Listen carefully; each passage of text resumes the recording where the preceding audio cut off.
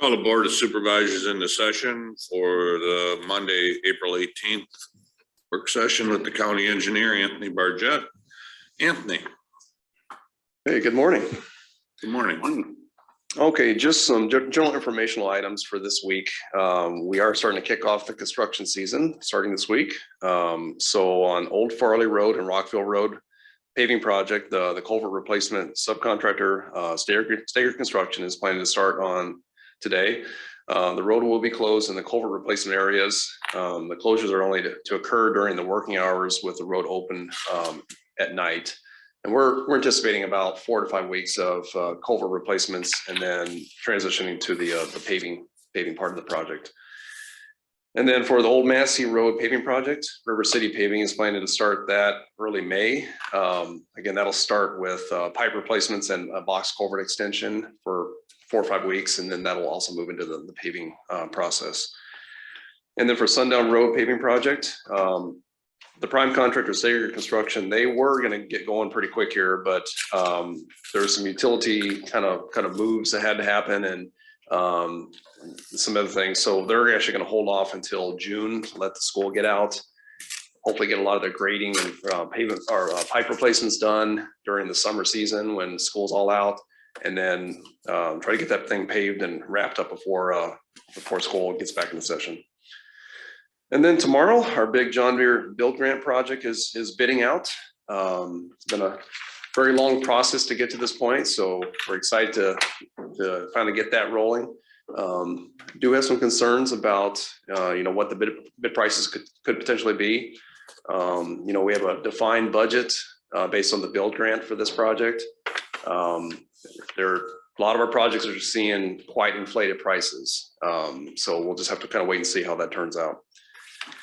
Then I threw this note on there because we discussed it at the DMATS meeting last week. For the CNCP railroad quiet zones, we discussed at the DMATS meeting. Let's see, were all 3 of you on the meeting for that? I was on sure if I was on that meeting. Okay, I don't remember it. I don't know if you were there, Jay. Yeah, I don't think so. So what we discussed was the city of Dubuque is interested in getting a quiet zone study going for their probably around a dozen crossings through the city. And so they're working with Chandra Ravada and DMATS to kind of get some estimates on what that would cost, what the fee would be to kind of get that rolling. And I think the idea is, there's going to be a lot of federal funding out there for different things. And, railroad crossings is one of the things that's going to have a lot of funding available, but you can't get any funding unless you have hard data and studies put in place. So, the estimate sounds like per crossing is around $2,000 for the study itself. I can think of a couple of crossings that we might be interested in. We've got the Massey Station one, we've got the Mud Lake one. Those are kind of our, I think, 2 primary paved sections of, I guess, Riverside Drive too. So we got a few in the county that we might take a look at. It does have arms on that one, doesn't it? It does, yes. Yeah. Two sets. Right. Hey, Harley? What did you say? Riverside has crossing arms. I don't think there's nothing at Mud Lake and Massey. No. I mean, that's not to do with the quiet zone, but with the federal grant, I think they had 600 million for the federal grant for crossings. And right. With the obvious increased traffic, I mean, we have campers, we have boaters going to both places. I think we need to really push on that aspect of it. I would agree. I've always get nervous at Mud Lake, just thinking, campers and other ones going across those. Yeah. Good points. So I don't know how we want to proceed with this, but I think within a month, we're going to need to come back to the DMATS board with our recommendation on whether we want to be a part of the study or not. I'm not sure how you want to proceed with action on this, or if you want to just kind of consent on this and then vote on it at the DMATS meeting, or if you want something official or in resolution format for like next week. I would support being a part of a study. There's some potential funding out there. Are they requesting our participation just for our crossings or for funding amongst other crossings that might be in the city of Dubuque? So this would be kind of a combined effort. This would be using our crossings and the city's crossings all in one study. Okay. Trying to get the most bang for the buck for, the study itself. Sounds like it was around $25,000 for a complete study of all these crossings. Where would the funding come from? Well, we'd have to discuss it. I don't think it can come from DMATs, the way it sounds. Talking to Chandra, federal funding can't be used for the study itself. So it would probably come out of the mine department unless it was budgeted somewhere else. Out of the county department? Out of the engineer, yeah. Yep. When I talked to Chandra, he thought there was another avenue that would be some engineering fees or something that you might need to be spending anyway. Maybe I'm misunderstanding. I thought he told me that you cannot use any federal funding or SDBG funds for studies like this. I could be wrong on that. I have to circle back with him on that, but I understood it that we would have to come up with our own funding for that. A quick 2 cents is if it's just for noise, I'm less interested. But if there's a safety component related to crossings, then I'm more interested. I would think that if you have a couple of uncontrolled crossings without arms, that's going to be why they have to, blow the horn through there. That could be a component. So this might be some good funding for that protection, those arms out there. They may have some more updated kind of devices for that kind of thing. So this might be our ability to, throw a couple $1,000s into this to be able to get possibly, $100,000 for some crossings. I think they said in the meeting I was on, each crossing is like 200,000 with the arms and everything. Yeah, that makes sense. Yeah, I think as long as it's going to lead to, like Jay said, the crossing issues, safety, then yeah, I'm agreeable to, go with the study. But if it's not going to do us any good for the crossing, and then it's kind of a waste of money, really, because They're not going to slow down and be quiet at that mud lake. So they won't be quiet. That's my personal experience. We have 2 sets of crossings at Riverside Road, and they are not quiet. Well, That's safe. Yeah. That's the key thing.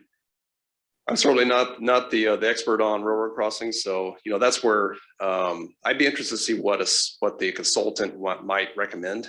That they're gonna have a host of information to say, okay, if you implement this is what's going to be able to be improved of this. So for a few $1,000s, I think that may be worth hearing that and understanding what can be accomplished there. yeah, that sounds good. And do you have any questions? I strongly support this. The study is important to get done. Then we'll know what options there are and what the next steps are. But the city of Dubuque's likelihood to get anything accomplished. Those of us who were on the meeting heard about how long it's been for Lynn County, Cedar Rapids to be working on this. They're in 7th or 9th or 10th or 11th year or something. And Bellevue, that you have to get in and begin, or you're not going to even be able to maybe be timely informed about their changes. So the study is the way to be sure that we're at the table. And if there's something that turns up that it directly affects county citizens, and there will be certainly unincorporated areas and in the city of Dubuque. So Doesn't the crossings in Cedar Rapids, don't they have like kind of an automated siren or horn at the crossing itself?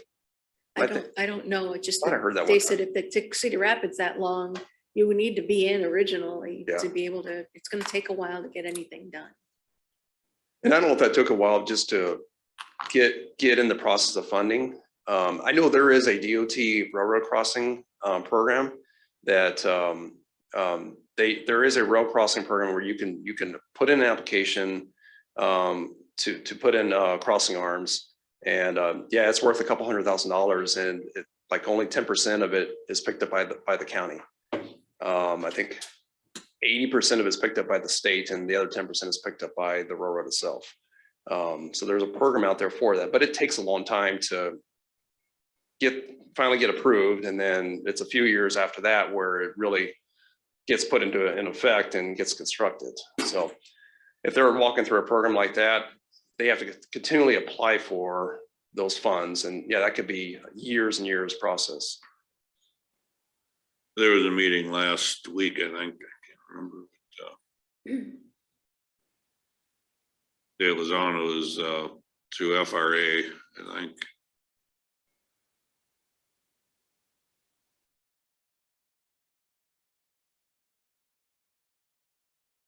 Railroad crossing elimination is a listening session.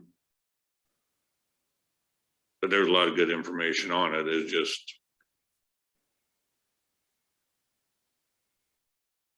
to understand what they were all covering, and you know, they were talking about 600 million available in grants and specific for railroad crossings stuff. There was a specific meeting, I think, with the railroad and the city of Dubuque and Dubuque County a week or two before that, that we were not able to attend. Anthony's schedule didn't allow and Ed's schedule didn't allow. So there wasn't any county presence.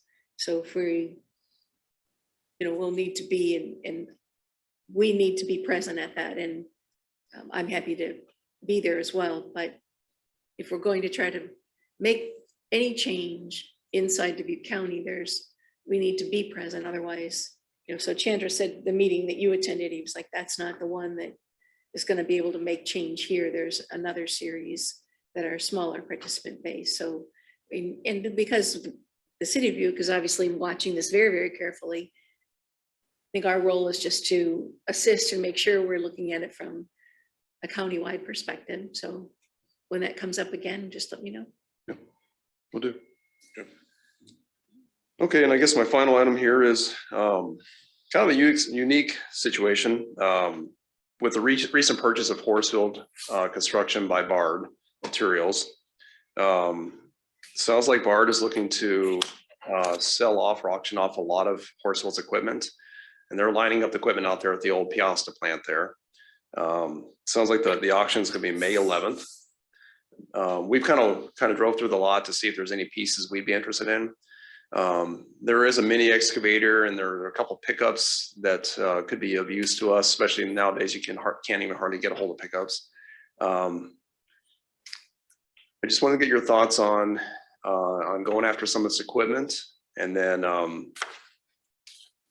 Live or posted auctions? so they are actively updating a website. They don't have it quite fully live or fully updated yet. Apparently it's going to be on site and it's going to be an online auction. It's going to be both routes. I'm a hard no on this. I just, you know, we've got their money, and to use it against the business community and others that are interested in bidding, I would prefer not to be involved in that.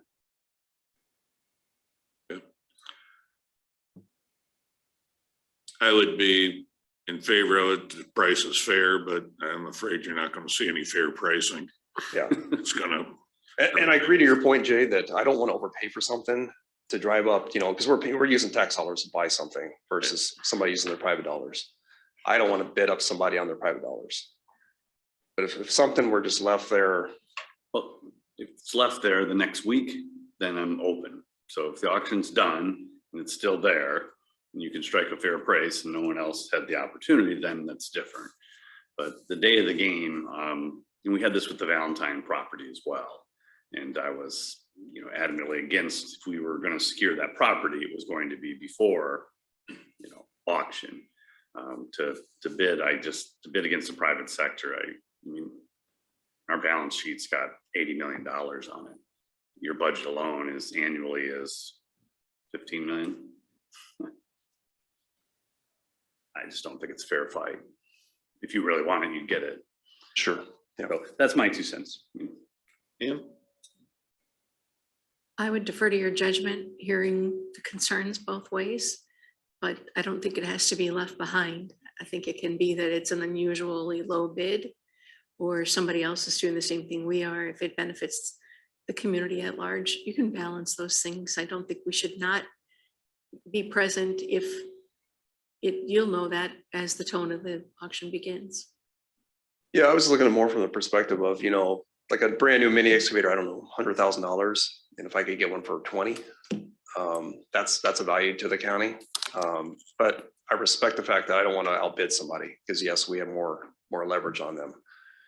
So I'm trying to kind of strike this balance a little bit. Right. It's a delicate situation, but if you get a good deal, there's nothing wrong with taking it. Overpaying for it, well, then you're overpaying with tax dollars. Right. You can be saving us money or costing us money.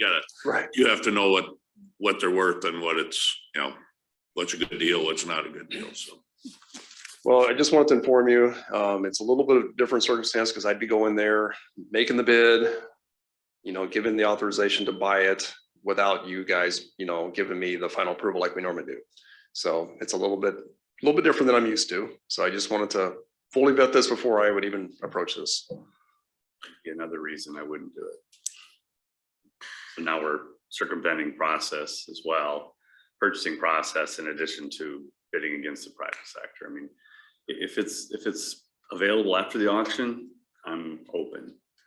I don't see we have that great a need to jump into something like this. I agree. We're not in a dire need for this equipment. Well, you could have conservation do it too. I mean, we don't buy Mini X, so should conservation be there? We actually use Conservation's Mini X. So Well, there you go. Well,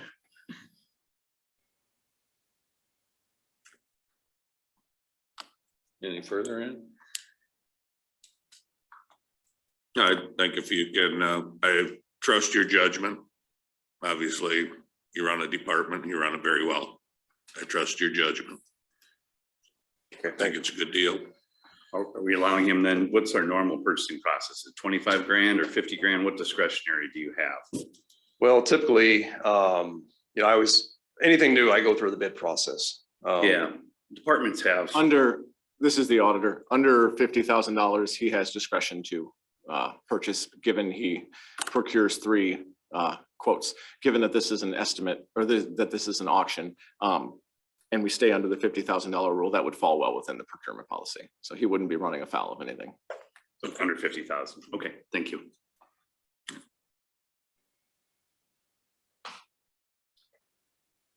Sundown Road, remind me what portion of Sundown Road we're working on. Sorry, that's between Old Highway and Asbury Road. From Sundown Ski Okay. to Junction 21 there. Well, And then and so that's taking the grade off as well at Humke? Okay, yes. Roughly? Okay. Yep. Yeah, so that right now there's a couple 100 feet of high site distance. We're going to improve that to good stopping site distance there. So that'll be a major change there. And then an overlay as well from the rest of it? Overlay, a little bit of widening. So we're going to do some widening through the curves as well. Good. Yep, there'll be and then overlay. Yep. Good. Thank you. Mhm. Could we go back to the John Deere build grant Sure. conversation at DMATS about bids that go in and are under, they're underway before January 1st. There doesn't need to be a 20% match. That whole conversation was over my head about, I just know it's going to impact the city of Dubuque tremendously, the projects they want to do. They haven't budgeted any matching funds. Do you see any of the matching funds being a problem for us? So this is not going to impact John Deere. So this is that, well, it's already a federal aid project and we're already matching it with the city of Dubuque portion. So that's taken care of. Yes, going forward, now all of a sudden, I had to, before I submitted the 5-year program to you guys, I had to make a quick dash to update everything from fiscal year, kind of late 23 and on to show a 20% match if there's anything that's federal aid. So before STBG was 100% funded, now it's going to be 80-20. So that does have a major impact. Now, bridge system, off system bridges, that's still 100% federal aid. So we're still good in that regards. But if we have a paving project that's STBG, we're gonna have to provide a 20% match. To me, it gave me pause that we want to be sure that in our budget, when we know we have a project that must go, that we leave some funding available in anticipation of whatever the state or the federal government does. Yes, there's new money, but it's not anything we can budget for because we didn't know. to be, that we needed the budget for 20%. Yeah, see, everybody's excited about this billions and billions of federal aid coming down to us, but nobody realized it was, oh, it has to be matched now. That completely changed the game. That all takes effect in 24. Right. Anything that's set for this year is already covered. Correct. Now we know how to plan for this for the next 5 years because we have a 5-year transportation bill. Those are the rules. We have to match with 20%. So going forward, I know how to budget for that. But yeah, it was a shock to the system, and it was a shock to the DOT as well because yes, they have millions and millions that came in for them. Now they have to match that. So that took away our swap, STBG swap ability. And then the way that worked was we were given our federal aid, county's federal aid, to the state for their primary dollars to be used back as swap. Now they can no longer afford to do that. They need to keep their primary dollars to be able to come up with that 20% match. So it, in effect, kind of eliminated the whole swap program. It's a stress we weren't expecting them to encounter. That's correct. Yeah.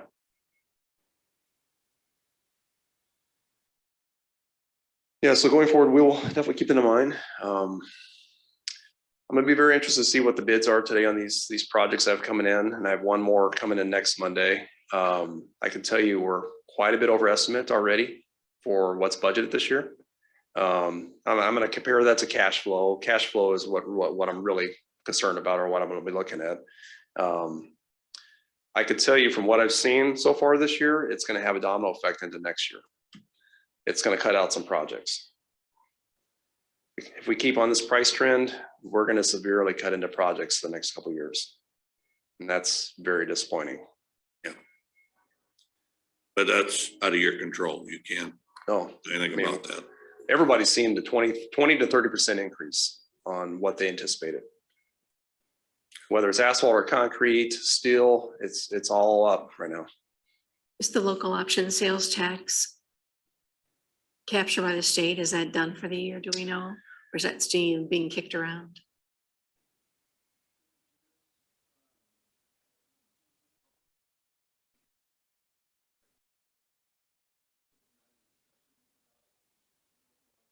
Tax in that recapture or making it a state tax. I believe that's because it appears to be stuck between the House and the Senate, and they're not moving. So our understanding is that it will be brought up next year, and so that will continue as soon as the legislature session is done. I think the UCC wants to begin to re-engage its members and talk about a strategy for engaging the other parts of the state about that. But no, right now we do not, our lobbyists do not anticipate that will pass this session, but will be brought up again next year. So cost, match, and local option sales tax are 3 factors beyond our control right now that could impact what is achievable in our 5-year plan. That's correct. Yep. Even to do some portion of the projects, there might need to be different evaluation of tax. You know, I've been doing this for close to 20 years, and I've never seen so much uncertainty as there is right now. It's unbelievable. Just the pricing and yeah, the 20% match, the local option. It's hard to plan for any of that stuff. So we'll get through it somehow. But we definitely will have our hurdles. Well, keep muddling through it. Yep. Well, anything else for me? That's all I have right now. I have nothing, Jay. Nope. I guess there's another 4th factor, and that is the weight limits. Yeah. We didn't talk about that. Yeah. So that's another state decision they're going to make about weight limits for roads.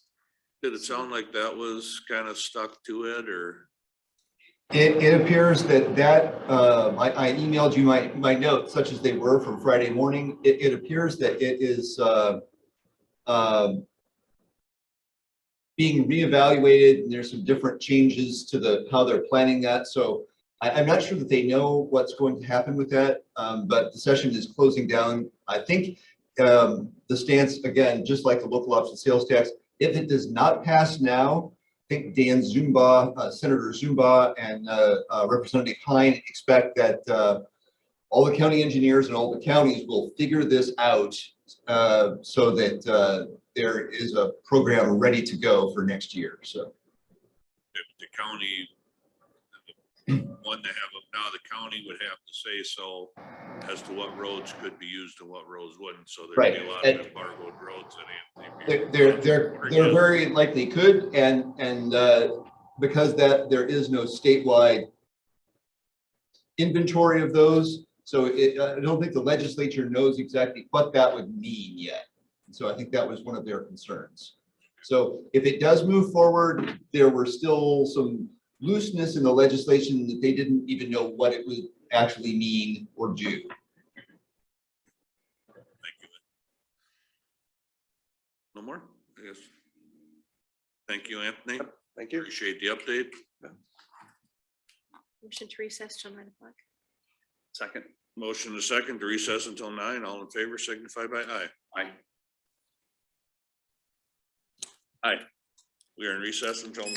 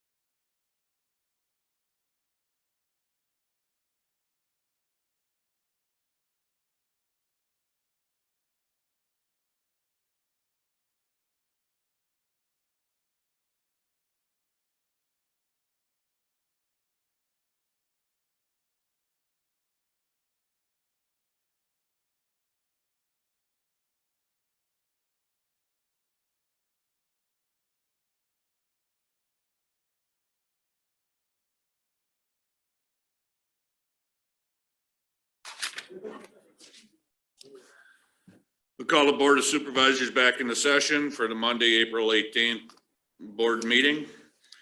Would like to start the meeting with the moment of silence for the Chief Mark Dalsing, ex-Chief Mark Dalsing, passed away last week. The city has lost a true leader. A lot of valuable information has left us with his passing. We just take a moment of silence and think of his family and colleagues.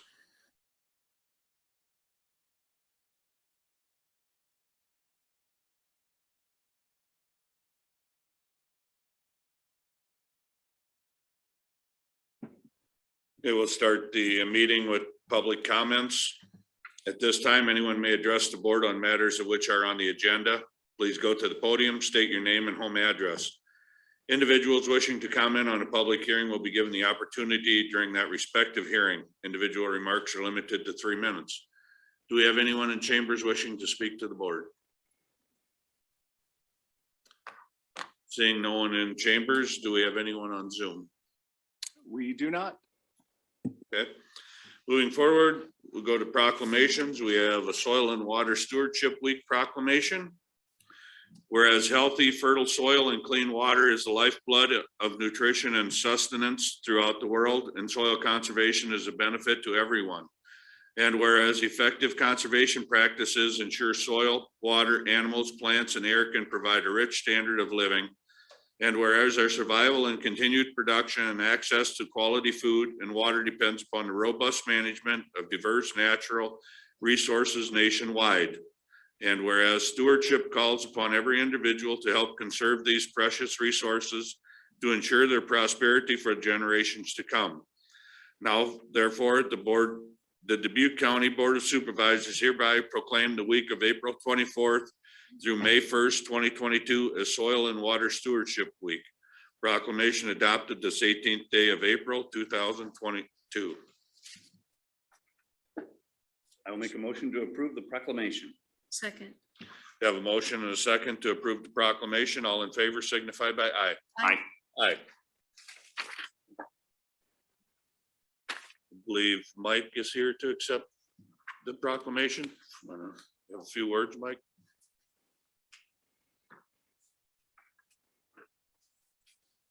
Thank you for making this proclamation from the Soil and Water Conservation District. We have a major task of protecting and enhancing the soil water in Dubuque County. And thank you for all your efforts in the past and helping us do that. Thank you, Mike. Would you want to, Let's do a picture. you can do a quick picture? Come on up.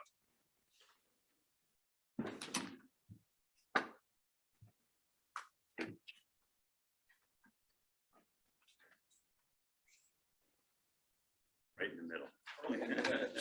Put your laptop down. We can just, can I just move it down here to the lower Yeah, level just here? move it down.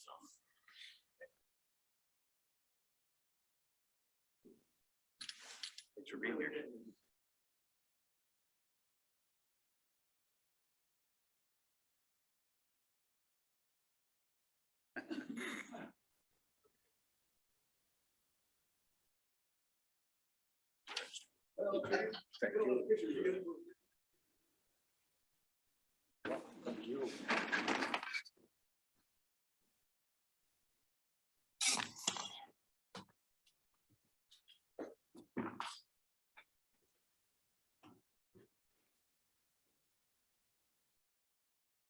Next, we'll move to the approval of minutes. Just as a note, the minutes have been corrected, so any motion would include the corrections for the canvas of the Cascade election. Corrections, the printouts that were given to us. Okay, thank you. I'll make a motion to approve the minutes as amended. Second. I have a motion and a second to approve the minutes as amended. All in favor signify by aye. Aye. Aye.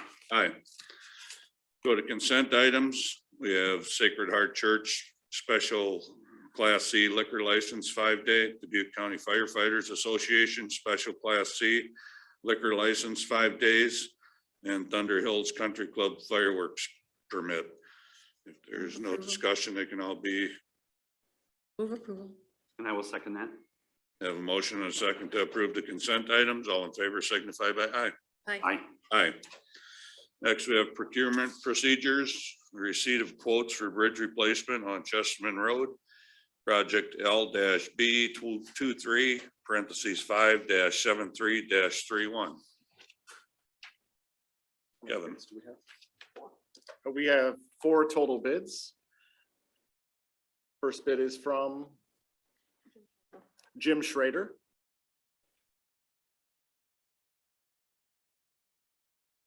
And the bid bond is in place.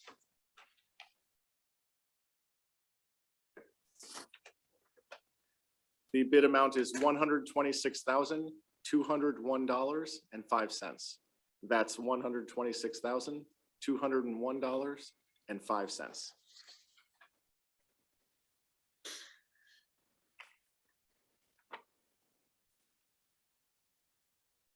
The second bid is from Progressive Structures. And their bid bond is complete.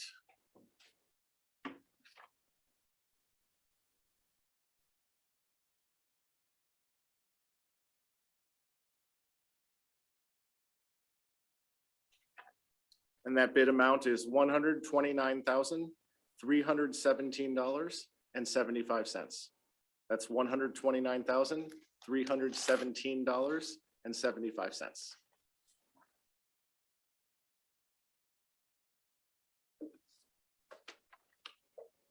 The next bid is from Taylor Construction, and their bid bond is complete.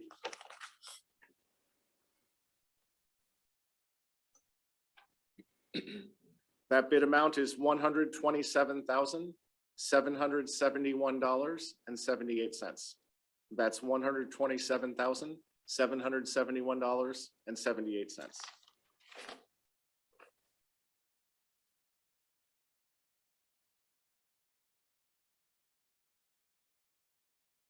And the final bid is from Chick-fil-A Excavating, and their bond is complete.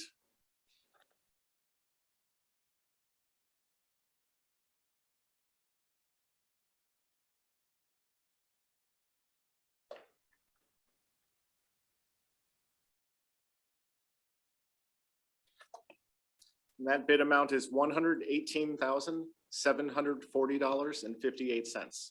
That's $118,740.58. That concludes the bids for this agenda item.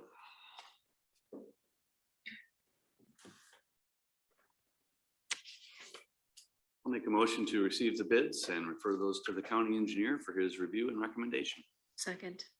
Have a motion and a second to accept the bids and refer to the county engineer for his decision. All in favor signify by aye. Aye. Aye. Next, we have the receipt of quotes for HMA resurfacing, RCB culverts, new single box on Goose Hill Road, project LFM P23 parentheses 2-7X31. Kevin. We have 3 bids for this project. The first is from Progressive Structures.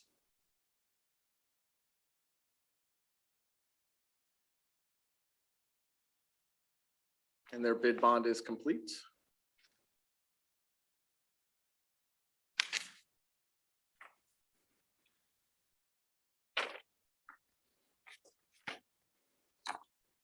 And the price of this bid is $4,055,491.92. That's $4,055,491.92.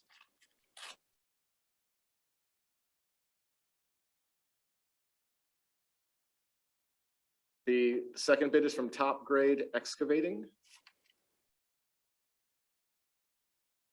And their bond paperwork is complete.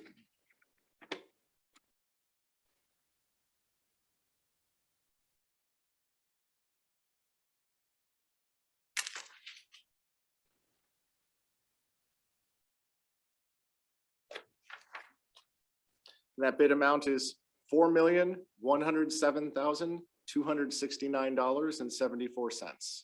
That's $4,107,269.74. And the third and final bid is from Chigfry Excavating. Their bond paperwork is complete.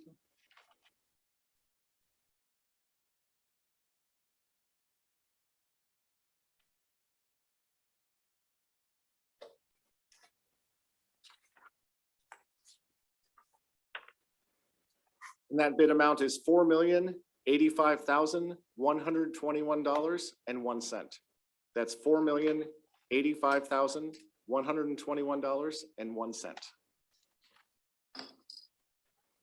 And that completes the bids for this agenda item. Make a motion to receive the bids and forward them to the county engineer for review and advise. Second that.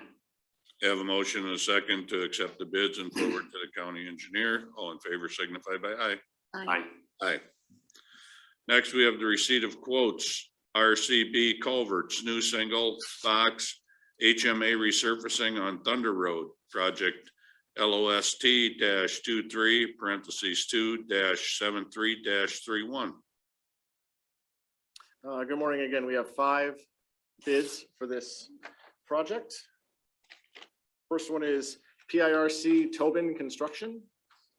Their bond is complete. And that bid amount is $1,983,774.64. That's $1,983,774.64. Who is the company again, Kevin? Perk Tobin, PIRC.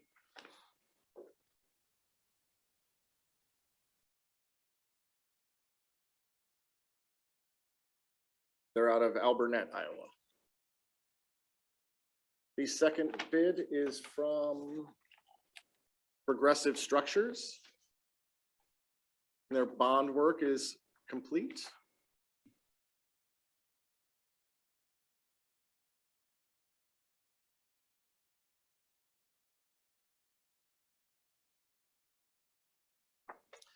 And that bid amount is $1,886,230.33. That's $1,886,230.33.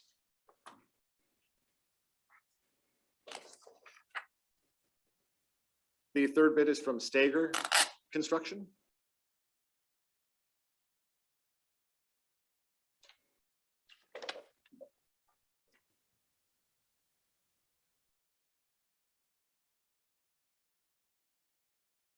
And their bond paperwork is complete.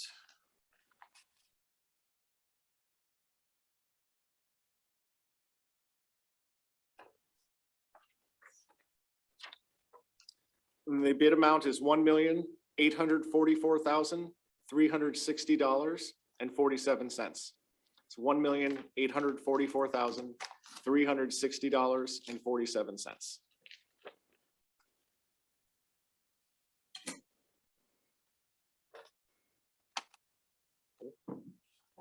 The fourth bid is from Top Grade Excavating, and their bond paperwork is complete.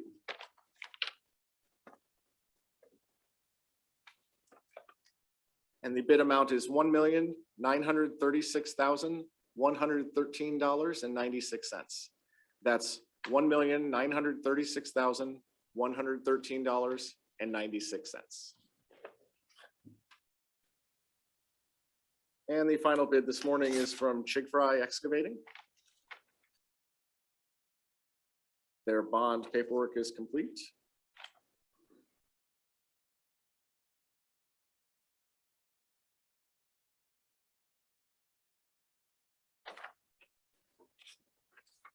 And that bid amount is $2,071,383.50. That's $2,071,383.50. And that completes the bids for this agenda item. I'd like to thank all the contractors for the time and energy putting in the bid process and this specific receipt of quotes. I would refer to the county engineer for his review and recommendation. Second. Have a motion and a second to accept the bids and forward to the county engineer for his determination. All in favor signify by aye. Aye. Aye. Aye. There are no public hearings for this meeting. We have no plats for approval at this meeting. Next we go to action items. We have several action items on here. First, we have a resolution to approve the hiring of deputies, assistants, and clerks.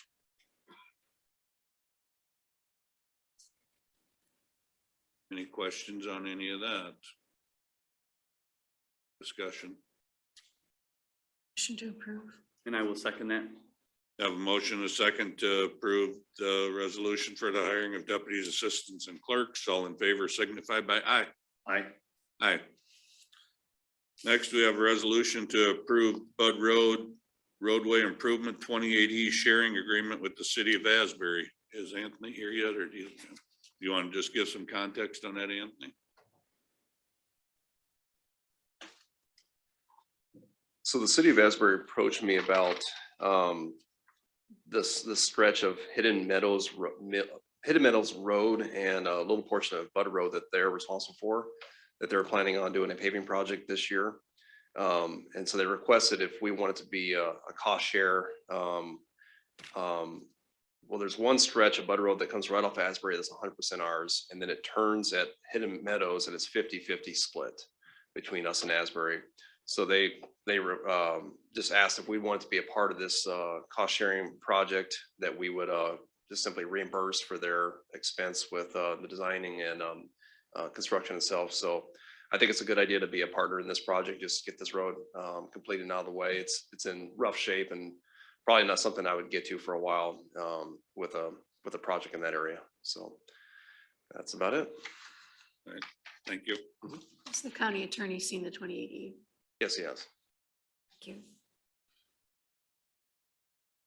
you. Move approval. I will second that.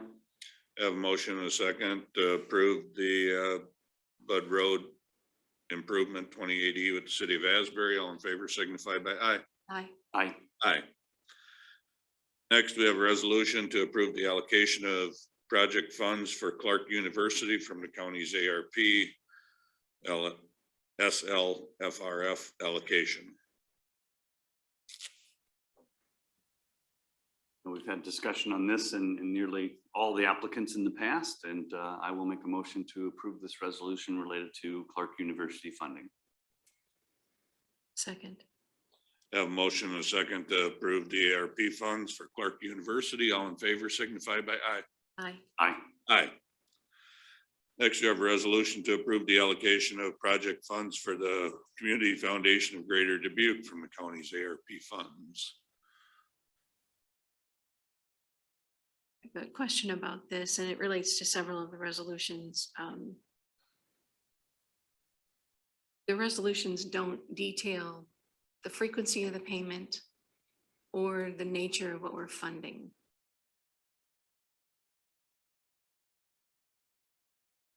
That, how will we know that we're agreeing upon the same thing?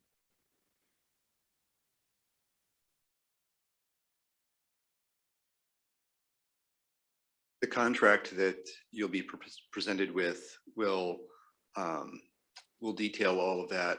And also, as we discussed internally as staff, this particular one that was over a period of time, you would essentially in your contract, as you negotiate that in more detail directly with the client, you'd have an opportunity in case that needed to change, shorten, or something like that.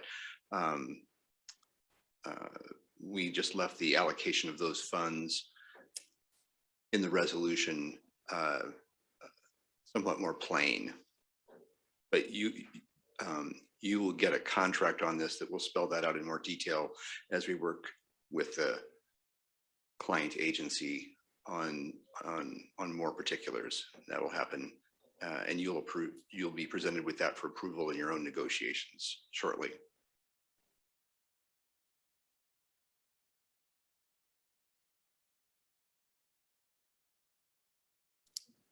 Make a motion to approve the resolution granting the Community Foundation of Greater Dubuque funding to be distributed over 3 years for a program to address the summer school reading program systems evaluation and creation.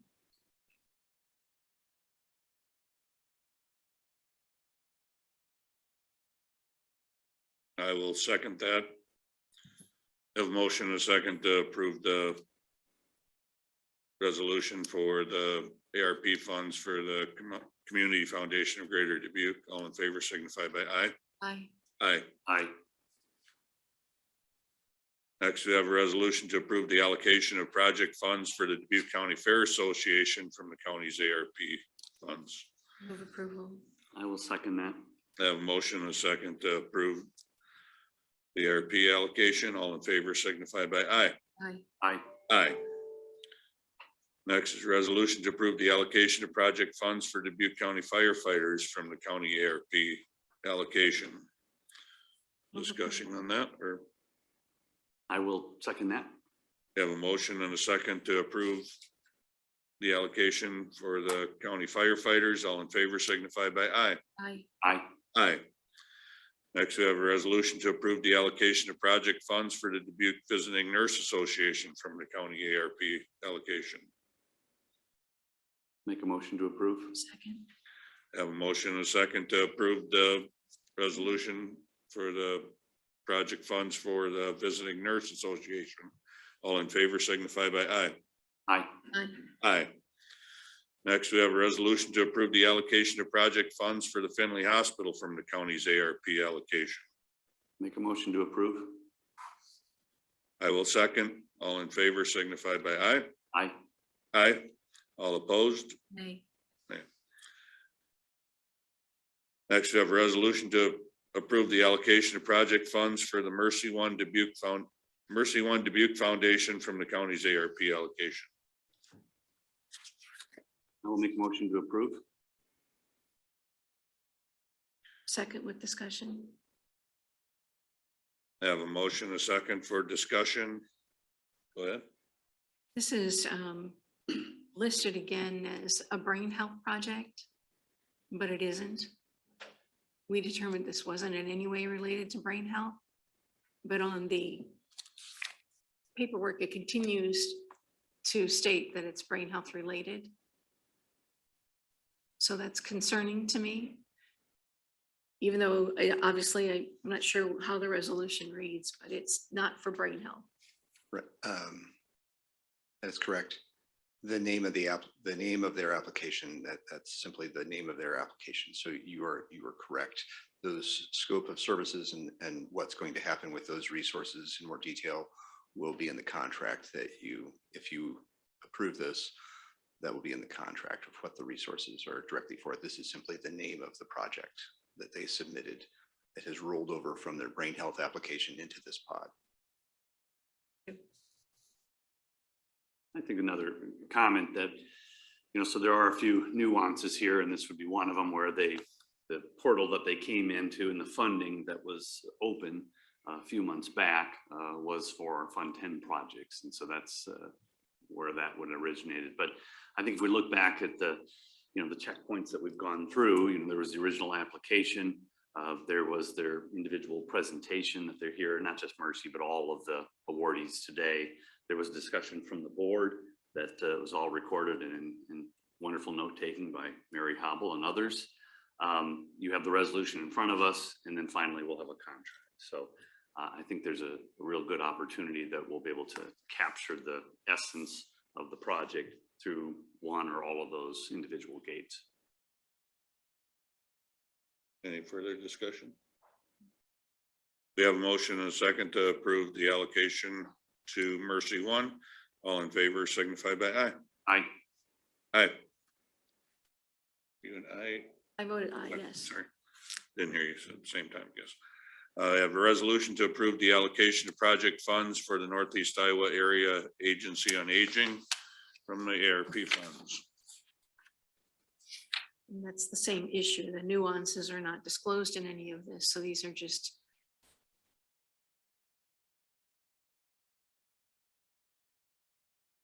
descriptions. I can give you some here. Move approval. And I will second that. I have a motion and a second to approve the allocation of funds to the Northeast Iowa Area of Aging. All in favor signify by aye. Aye. Aye. Were you an aye? I said aye, yes. Next, we have a resolution to approve the allocation of project funds for Operation Empower from the county's ARP allocation. I'll make a motion to approve. I will second. All in favor signify by aye. Aye. Aye. All opposed, nay. Nay.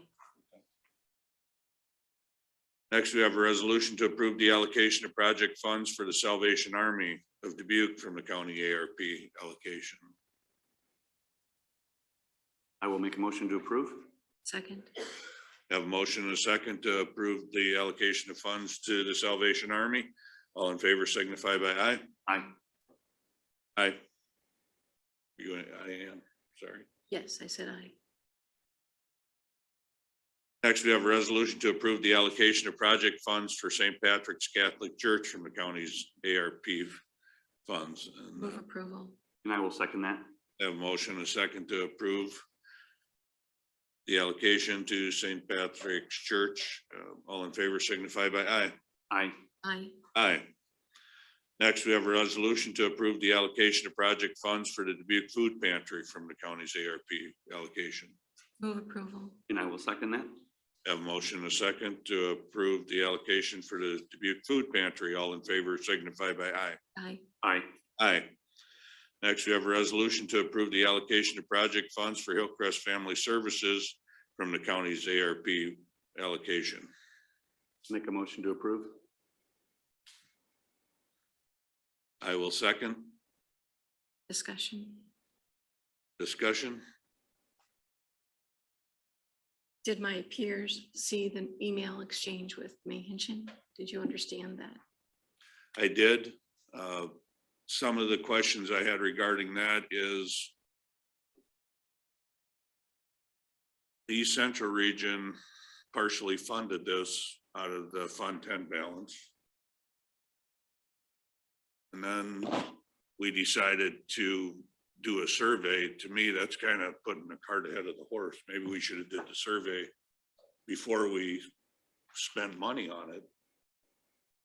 I think it's a community project. Hillcrest is handling it. It's moving forward. People are using it. We've already funded it to get it going, and then you want to stop the funding or not fund it until we get this, I guess, survey done. Doesn't make a whole lot of sense to me, because we've already started the funding process. They need to get this up and running all the way. That's my personal thing on it. I concur. So Support the project. this came to us today with no prior discussion as a board. This was added by a supervisor to the list of allocations without any debate or discussion between us, without any ability to open up the budget from this person, this grantor, the applicant, to see what's in it, what's not in it. This is a blind vote. We didn't bring it forward for any kind of information. So that's, if someone could show me the screen that adds up to the $232,866, that would be helpful for me. I don't think that's here before us today. I don't know, that number has been floating forward from math being done by Ed Raber as he records votes that are taken. So Hillcrest is coming today through a different process than what we've agreed to use. There wasn't consensus on this one previously. And then also, I am the representative to the regional governing board, and the region is where these funds originate for Fund 10 balance. And also statutorily, that is where the funding comes for items related to brain health. So I would like to have be available to comment on this. The funding that's been done to get the community foundation's input on this is funding from us too. So we agreed that we wanted funding to do these things, and now we are moving forward. For why? Why are we doing this now? and not making this be part of some work session so we can get an updated budget and also have May's participation. May is on here. Could I speak first, Chair? Oh, yes, sir. I just don't agree with your assessment of the review of this application. So this application one came in September with all the others.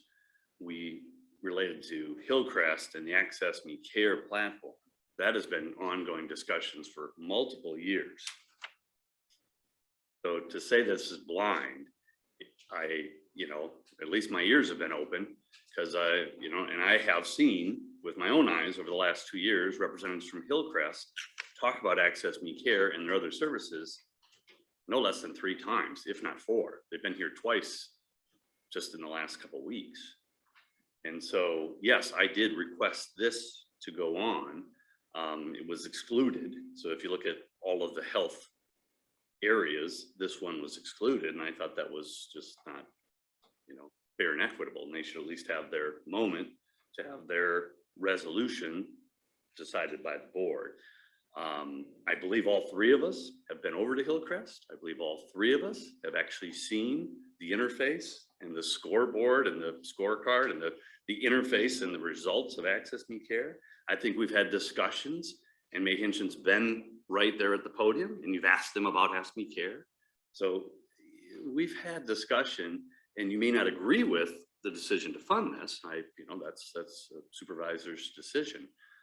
But to categorize this as that it's blind and that we don't know about it and it's not following the procedures, I just don't think there's support for that. So I obviously plan to support this project, and I think it's a very well-intentioned project. We've got numerous partners throughout our area that are involved in this, and it's something that we should give continued support for. So in the original application, there was $128,000, which is, or maybe is, or we don't know, part of this final number, which includes door clings, highlighter markers, customizable. It's basically swag package of promotional items, $128,000 for swag items. And what I'd like to have is the opportunity to see the budget. If we're turning our attention to this now, when we've not had discussion about these folks for some time. So is that, as far as you know, Harley, is this number, does this include $128,000 of door clings and what else do we have here? Well, Chair, if we have, May Hinchin, we certainly have representatives from Hillcrest. If there is questions, if you want to, have them answer those questions and what the use of this funding's for. Public's listening, and I would encourage that. Blankets and socks, thermometers, things that they're promotional items. They don't go to Access Me Care platform. Right, but there's a lot of the applications that have changed since we've got them, so I guess. And if we waited 2 weeks, they would be here in a work session and we'd have May and we'd know the answers. We've waited since September on this and it keeps getting pushed back. And I don't see any reason to keep pushing things back. I'm in support of it. We've supported it with the ECR funds to get it up and running. Let's get it completed. I can't see, dragging it on, and Hillcrest doesn't know which way to go. Supervisors, we do have a representative here in the gallery who is raising their hand if you'd prefer to have them approach the podium. Mike, would you like to speak to the board? Yeah. Yes.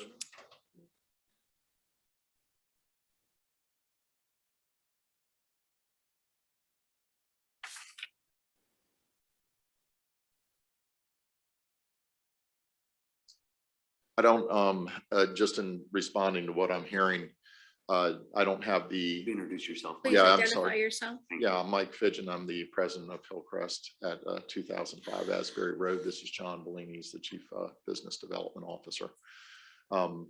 It's inaccurate that those items are in our last submission. The what's being described as swag, handouts, et cetera. That's not the way it was described when it was presented. It was a part of delivering things into the community as a larger plan. We scaled that down when we came to the ARPA funding. I don't know if you want to add anything else, John. So the initial piece, we removed $78,000 of that initial funding, and that was portion removed. And we had a work session that we described that to you. So that wasn't part of the $232,000. Can't hear you, John. You're not staying in front of the microphone. That's part of the 232,000 that was not part of it. And we had a work session to talk to you about that. So it was agreed upon that that piece would be taken out moving forward. You applied for funding for this from the region? We have not applied for funding from the region. So is May Hinchin available? Chair running the meeting? Yes. You have anything else, Mike?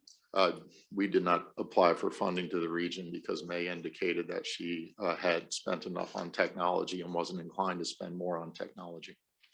Okay. May, would you like to address the board? Good morning. Thank you for acknowledging that I'm here this morning.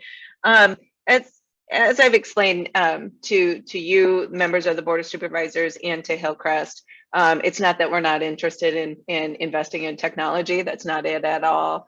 It is the fact that the region has invested over $325,000 in resource and referral platforms over the last 3 years. And the return on that investment has not been beneficial to the region as yet. And I'm not saying it won't be, because perhaps it will. We are waiting for that evaluation by the Community Foundation of Greater Dubuque on the benefits of each of the resource and referral platforms. As you know, I have to think about the rest of the region, and I've got another county who's along a path to selecting a different resource and referral platform. And so it's not that we're not going to invest again in a resource and referral platform, but we just want to do so a little bit more intentionally than we have. And I'm expecting that evaluation to be done relatively soon. So, Harley, to your point, we invested in the technology, early, the startup for the hardware. And we were happy to do so, to get Hillcrest going with Access Me Care with the hardware. And we did that through CARES Act funds. I know that you have approved fund balance dollars through Dubuque County, additional $78,000, I believe, for that. I just don't know, because and I'm not being judgmental. I just haven't seen the current proposal to know what 232,000 more gets you. It was my understanding a year and a half ago, when the region invested $125,000 into this project for the hardware, that to get it started, that was all that they would need, because they had other funding for the licensing, et cetera. So I just don't know what the additional funding is needed for. So, and I'm sure Hillcrest can answer those questions, in detail. I haven't been involved in those conversations, so I just don't know. But I'm trying to keep the big picture in mind about what other counties are leaning towards. Some other counties are waiting until the results of the evaluation. As a region, we're waiting for that. Certainly, when we have that evaluation, if it seems like it is beneficial, will be beneficial to the region to measuring social determinants of health, that we will invest in a resource and referral platform, but we just aren't doing that yet. Thank you. Could you address? Yeah, I would just say that, I agree with what May has said. I would say that, of that 300,000, as she pointed out, we're not over 50% of that funding that has come both for the platform as well as CARES Act dollars that went to hardware that's related to monitors in the telehealth resource center. So when we look at the platform cost, the technology cost, I believe that total cost for the first year for just the technology was less than a third of the $300,000 that we spoke about. The county did fund in the amount, I believe, or close to the amount that was identified for the second year. we've been moving this project along. We've got, I believe, 50 organizations currently on board the project, on board the technology with a refer to, refer from closed loop referral process about to be live here in the next 2 to 3 weeks, which will take the platform to the next level. And we're heading into our third community forum where we've circled those partners that can attend on a monthly meeting. So we feel like we've got the support of our partners, otherwise they wouldn't be on the platform. They're also receiving the benefit of the platform at no cost to those 50 organizations. I think the other piece to point out is every month we put out a progress report. So with those organizations, there's also 6,000 some sessions in this community of people logging on, 3,000 some different people logging on. So the activity is immense for a project. So there is support that the Access Me Care process has gauged community involvement. And with the refer to, refer from closed loop referral system, it'll only get better. We'll be able to exchange referrals between all the partners on the platform, which is all the medical network, the school network, the nonprofit community. For me, that's where Dubuque needs is care coordination, and this will allow for that care coordination. And so there is progress being made on the platform. There is success to the platform, and hopefully you can support that in the future. So the situation is that the region is going to be making a decision relatively soon that will make this payment to this organization for this platform perhaps obsolete. So the waiting that I'm asking, I haven't made a motion to deny.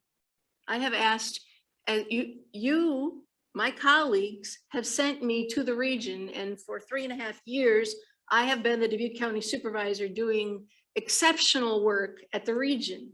And I have to be part of that regional governing board as well. And May is the CEO of the region asking for opportunity to wait. That's what I have been saying to you both, is we need to be waiting to get outcome. And then we'll see whether or not we're using the taxpayers' dollars to highest and best. So rushing this today, I understand people are frustrated waiting, but if I don't have an answer, I don't have an answer. Is it wise to approve $250,000 only to have it become obsolete in July? Can I comment? It won't become obsolete in July. The platform is moving forward. You know, somebody commented on the sequencing here. So put yourself in Hillcrest's shoes for a second. We were funded with excitement for the opportunity for our 35,000 clients, 7,000 we estimate in the county alone. We believed that the support that we got initially resulted in good outcomes. As John indicated, I send monthly reports to May, and not required, but send her a monthly update every month since we started the program, and have been doing that with the 3 Board of Supervisors since the funding came from the Board of Supervisors for the 2nd year.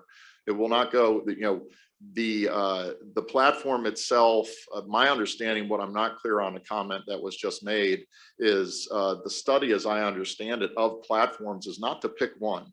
The study, as I understand that, is to help the community understand the platforms that are available, maybe point to the attributes of some that are better than others. But at the end of the day, we're on Access Me Care. Unity Point and Mercy One are on Bertha, also known as findhelp.org. We work and exchange referrals with those organizations with no conflict around the platforms.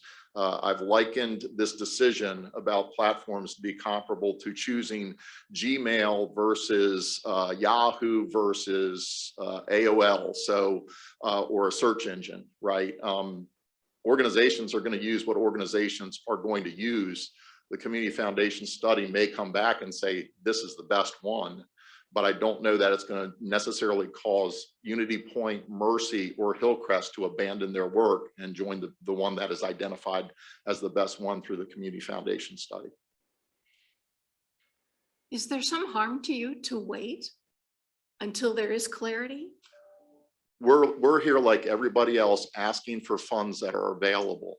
And as I've come and asked for funds, my observation is that Hillcrest, unlike some others, are often pointed to, why not go to ECR? Why not go to the state? Why not go to the feds? I don't hear that happening as frequently with other healthcare providers in particular. And so we're here to ask for money just like others in the organization because we feel like we make a significant difference in the quality of life and health for the citizens of this county. So what is the answer to the question? Is there harm in waiting? Yeah, there's harm because the money may not be available if we keep delaying a decision on this.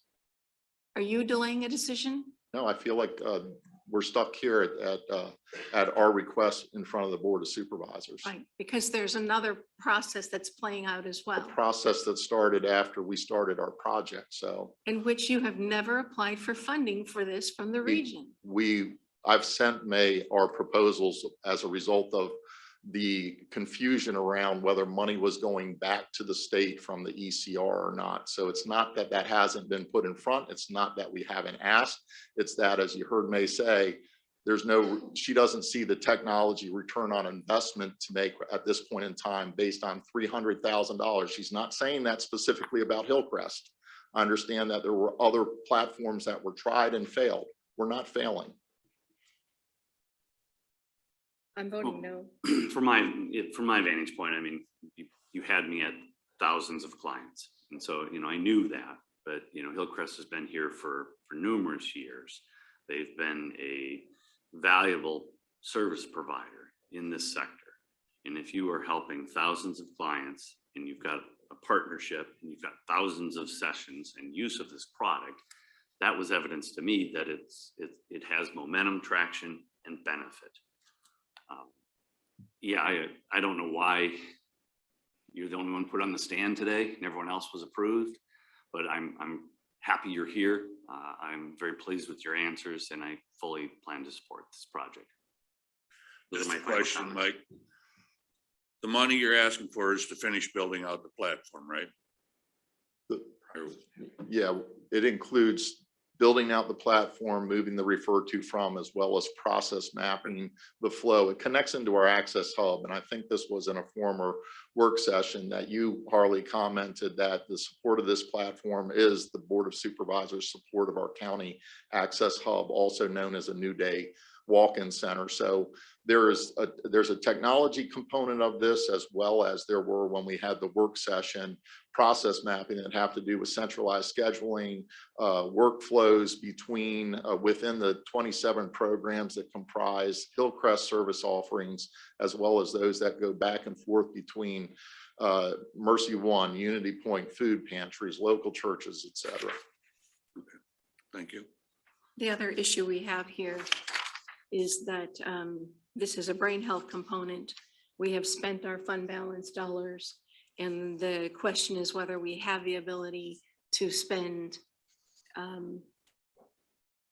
ARPA funds on brain health projects without coordination with the county. That was also in May's email to us last week, that it isn't anything that Shannon Lundgren is going to help us with. It is the Department of Management and Department of Human Services that is insisting that funding that counties do for brain health projects need to be included in the regional budget. As we know, there's no way to put anything in the budget until after the new year. We are now too close to amend a budget. So we're going to likely be forced to wait on this regardless of whether a decision is made today, because there's not opportunity to move this into the region for approval. And we have, again, it's in the email to you both from May over the weekend, that these funds, while they're ours and they're federal. I believe I have that email.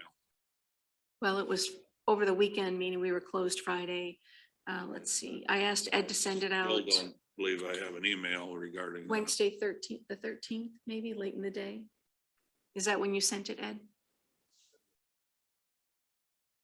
It's May's email to me that I asked be forwarded so that you could understand the various implications of acting. I don't have that. you like me to read it into the record? This isn't a trial case. I think we have discussion, and I think, we understand your position, Supervisor McDonough. And, as, I don't know if it will benefit the public to go 18 rounds with this, but that is up to the chair to determine how long we want to go. I think we have a motion and a second. I would call for the vote, but the chair, it's your meeting. I think there's information to have here.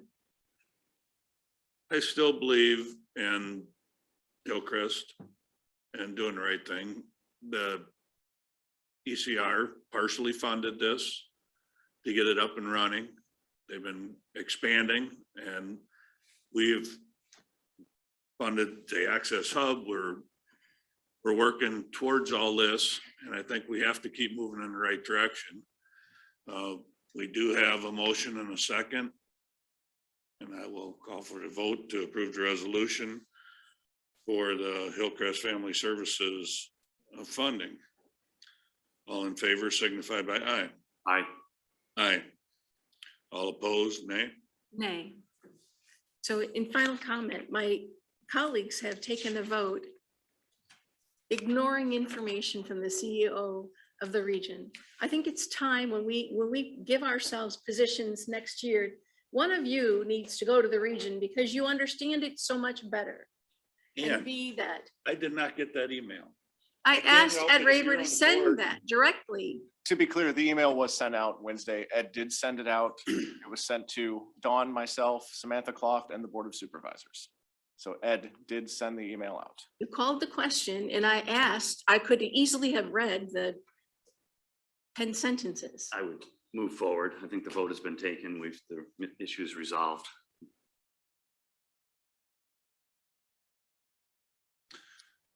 Resolution has been passed. There'd be opportunity in the contract, obviously, if we need to change some things. Moving forward to communications, there are no communication items for approval at this meeting. Open vacancies for information only. We have personnel requisitions. Motion to approve the personnel requisition for a permanent full-time deputy sheriff. So moved. I will second that. Have a motion and a second to approve the personnel requisition for the sheriff. All in favor signify by aye. Aye. Aye. Move into public comments. At this time, anyone may address the board on matters of which are of concern to that person and which are not agenda items. Please go to the podium, state your name and home address. Please be aware that the board is limited in their ability to respond to such inquiries, and Iowa Code prohibits the board from deliberating or acting on items not appearing on the agenda. Individual remarks are limited to 3 minutes. Do we have anyone in chambers wishing to address the board? Have anyone on Zoom wishing to address the board, Kevin? We do not. We'll move into our work sessions. We're running about a half hour late. Anybody need a break or? I'm okay probably for the first two, and then I would like maybe a short recess after that, but I'm fine at this moment. You're good. Mary, good? Everybody good? And you're good? We'll start with the Dubuque Community YMCA, YWCA presentation. Ed, you want to lead us?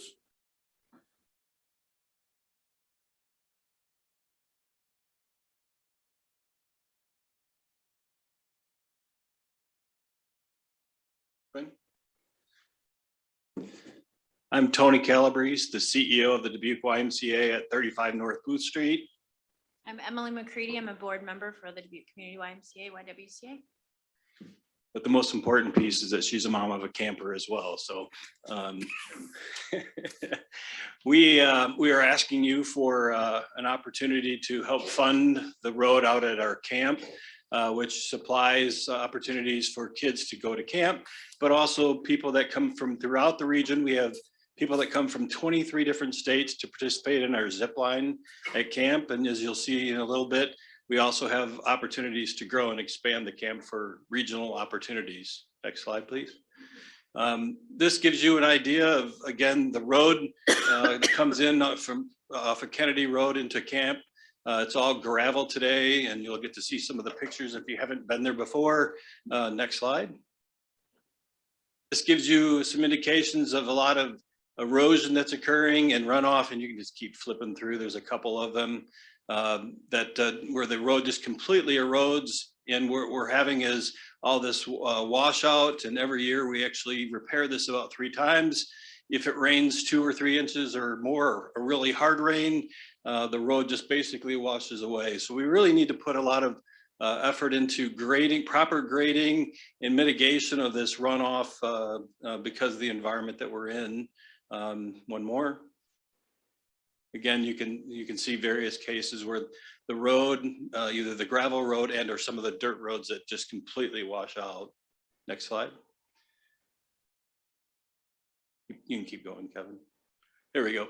So camp actually happens to be Union Park. I'm sure many of you have heard the history of Union Park. There's a little bit here that gives you some background, but we've been actually running it as a camp since we took over back in 1956. But back in 2011, we included the 9 zip lines. Like I said, that people are coming out all from April through October and participating to really provide an economic engine or a driver to this community that brings other people into the Dubuque County. Next slide. We've been, since I got here back in early 2019, making a lot of improvements. And again, that's the vision of what we're trying to do. Keep going, please.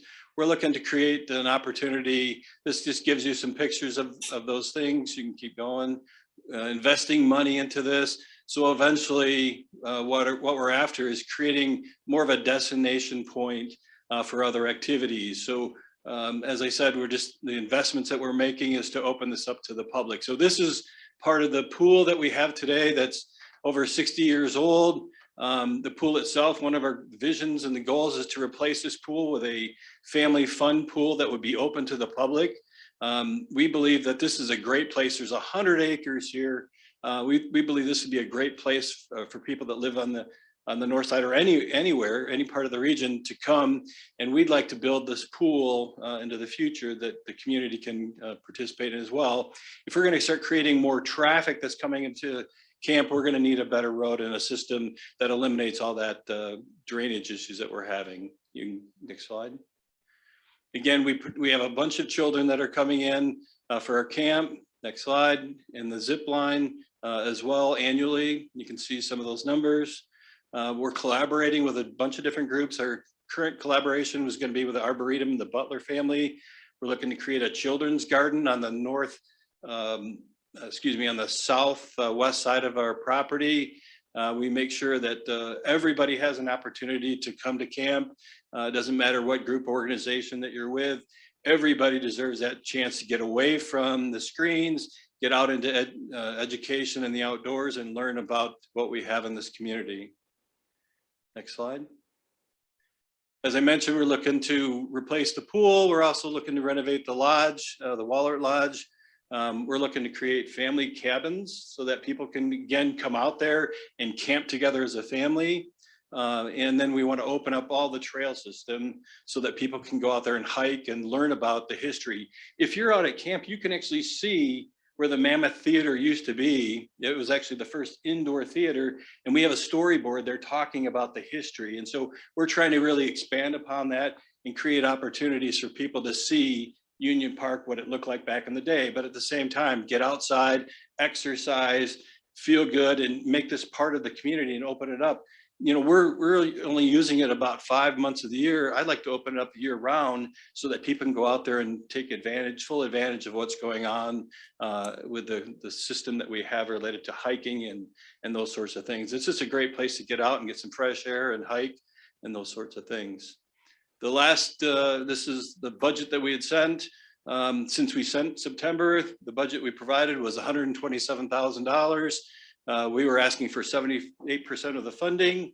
Like everything else, oil has gone up. There's oil-based products in the blacktop and the asphalt.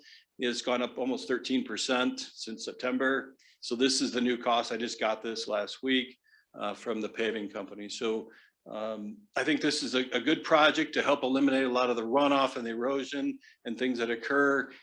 Open it up to the community, I think would be a great thing. And we just need to create kind of the infrastructure to allow that to happen with a lot more traffic of cars and foot traffic.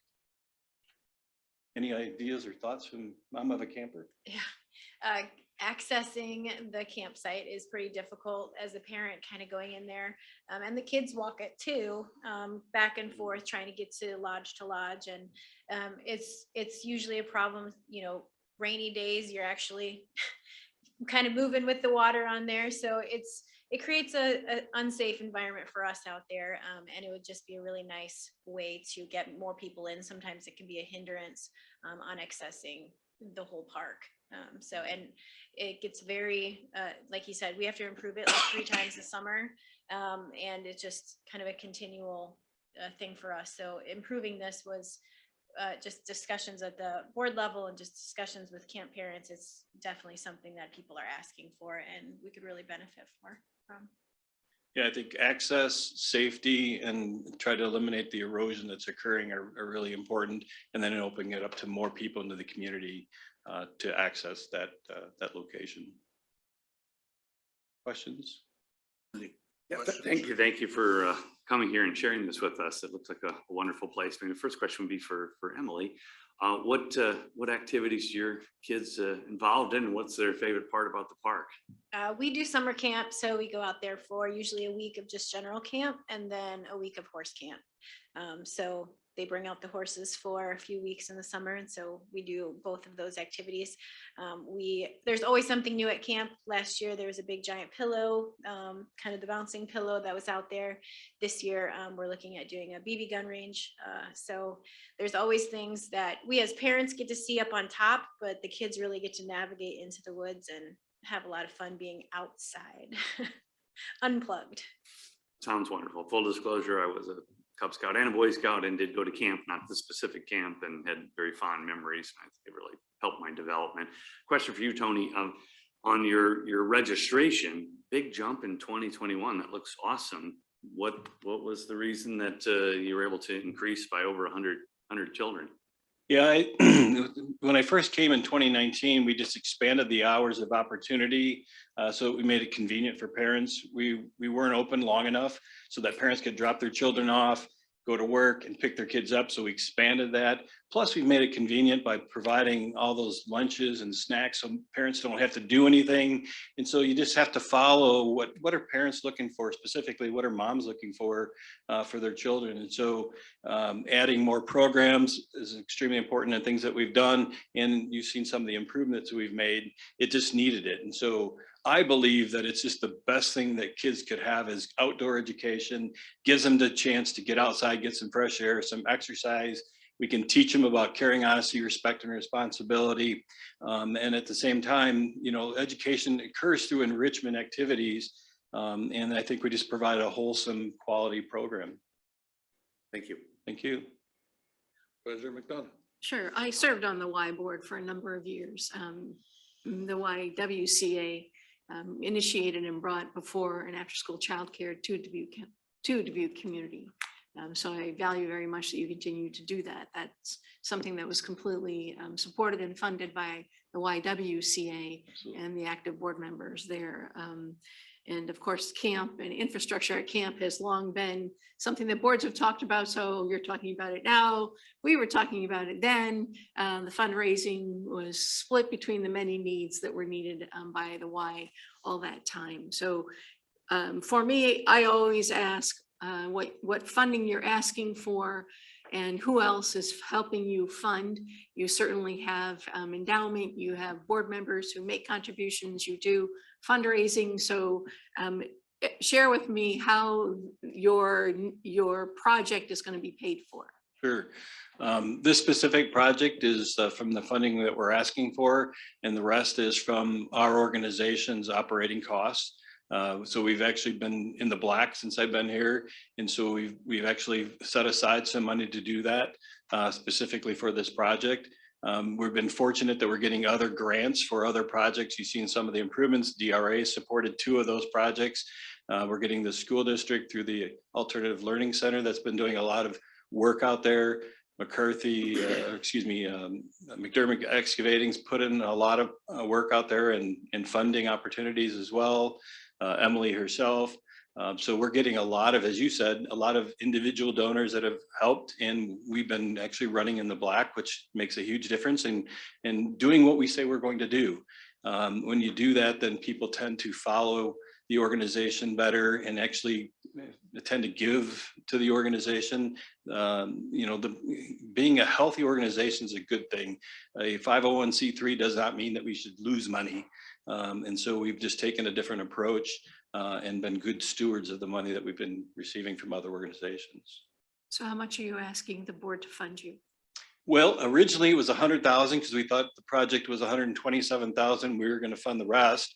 As I mentioned, it's gone up 13%. So we'd like to ask you a change in that for 112,000. That's the difference in the cost that's gone up, and we would fund the rest ourselves, excuse me. So of the 143, 112. you're asking us to pay 112. Correct.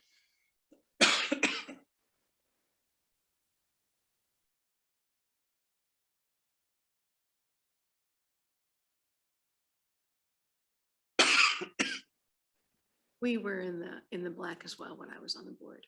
There's intervening years where values were different, maybe. It allows us to reinvest in our facilities, as you know, and our staff. And, it's really hard to run an operations when you're on the other side of that fence. Anything else? Thank you. Yeah. If nothing else, thank you, Tony.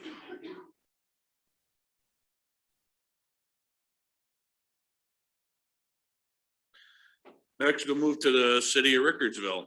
Mary Ann. Dave.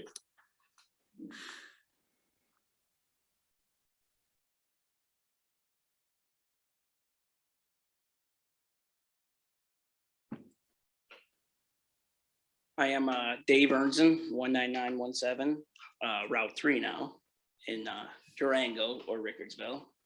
I am the mayor of Rickardsville. This is Mary Ann Knapp, and she's our city clerk. If you could switch it to the map one, there you go. Basically, I think the supervisors have all kind of heard our little spiel, but just a little rundown for everybody. Back in the early 80s, the DNR was pushing to get city sewers projects put in, and so our city was selected, and they put a city sewer in. However, they put the pipe close to the road.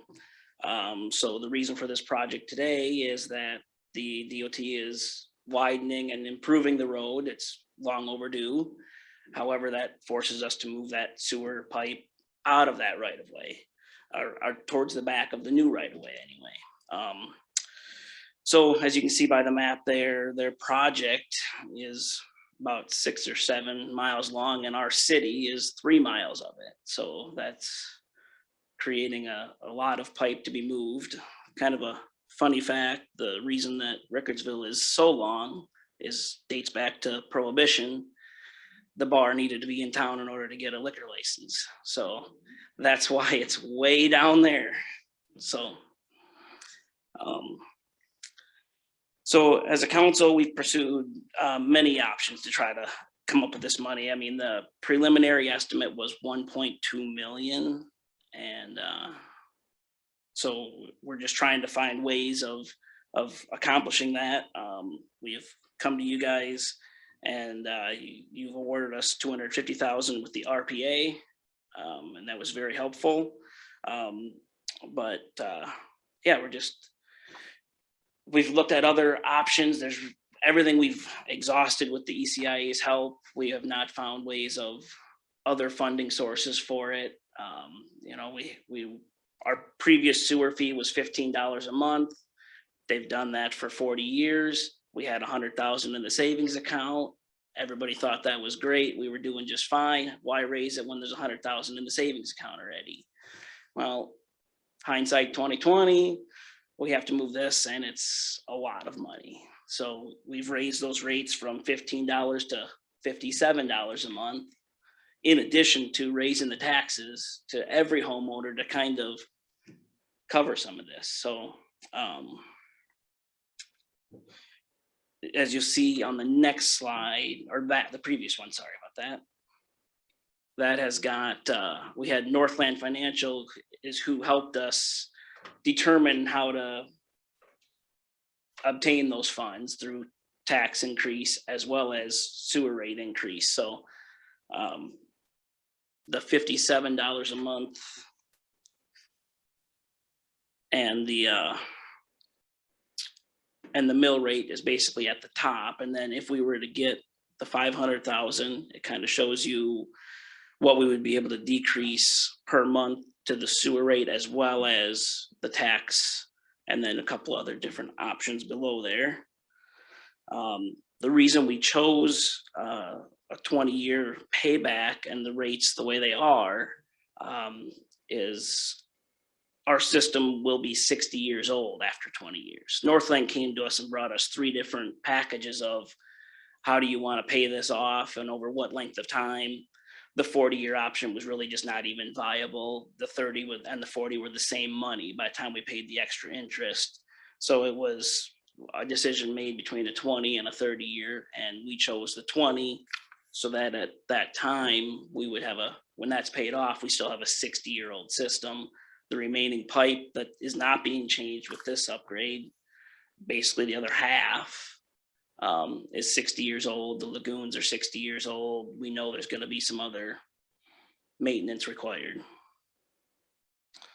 That $1.2 million number was a number from 2.5 years ago when this first came at us.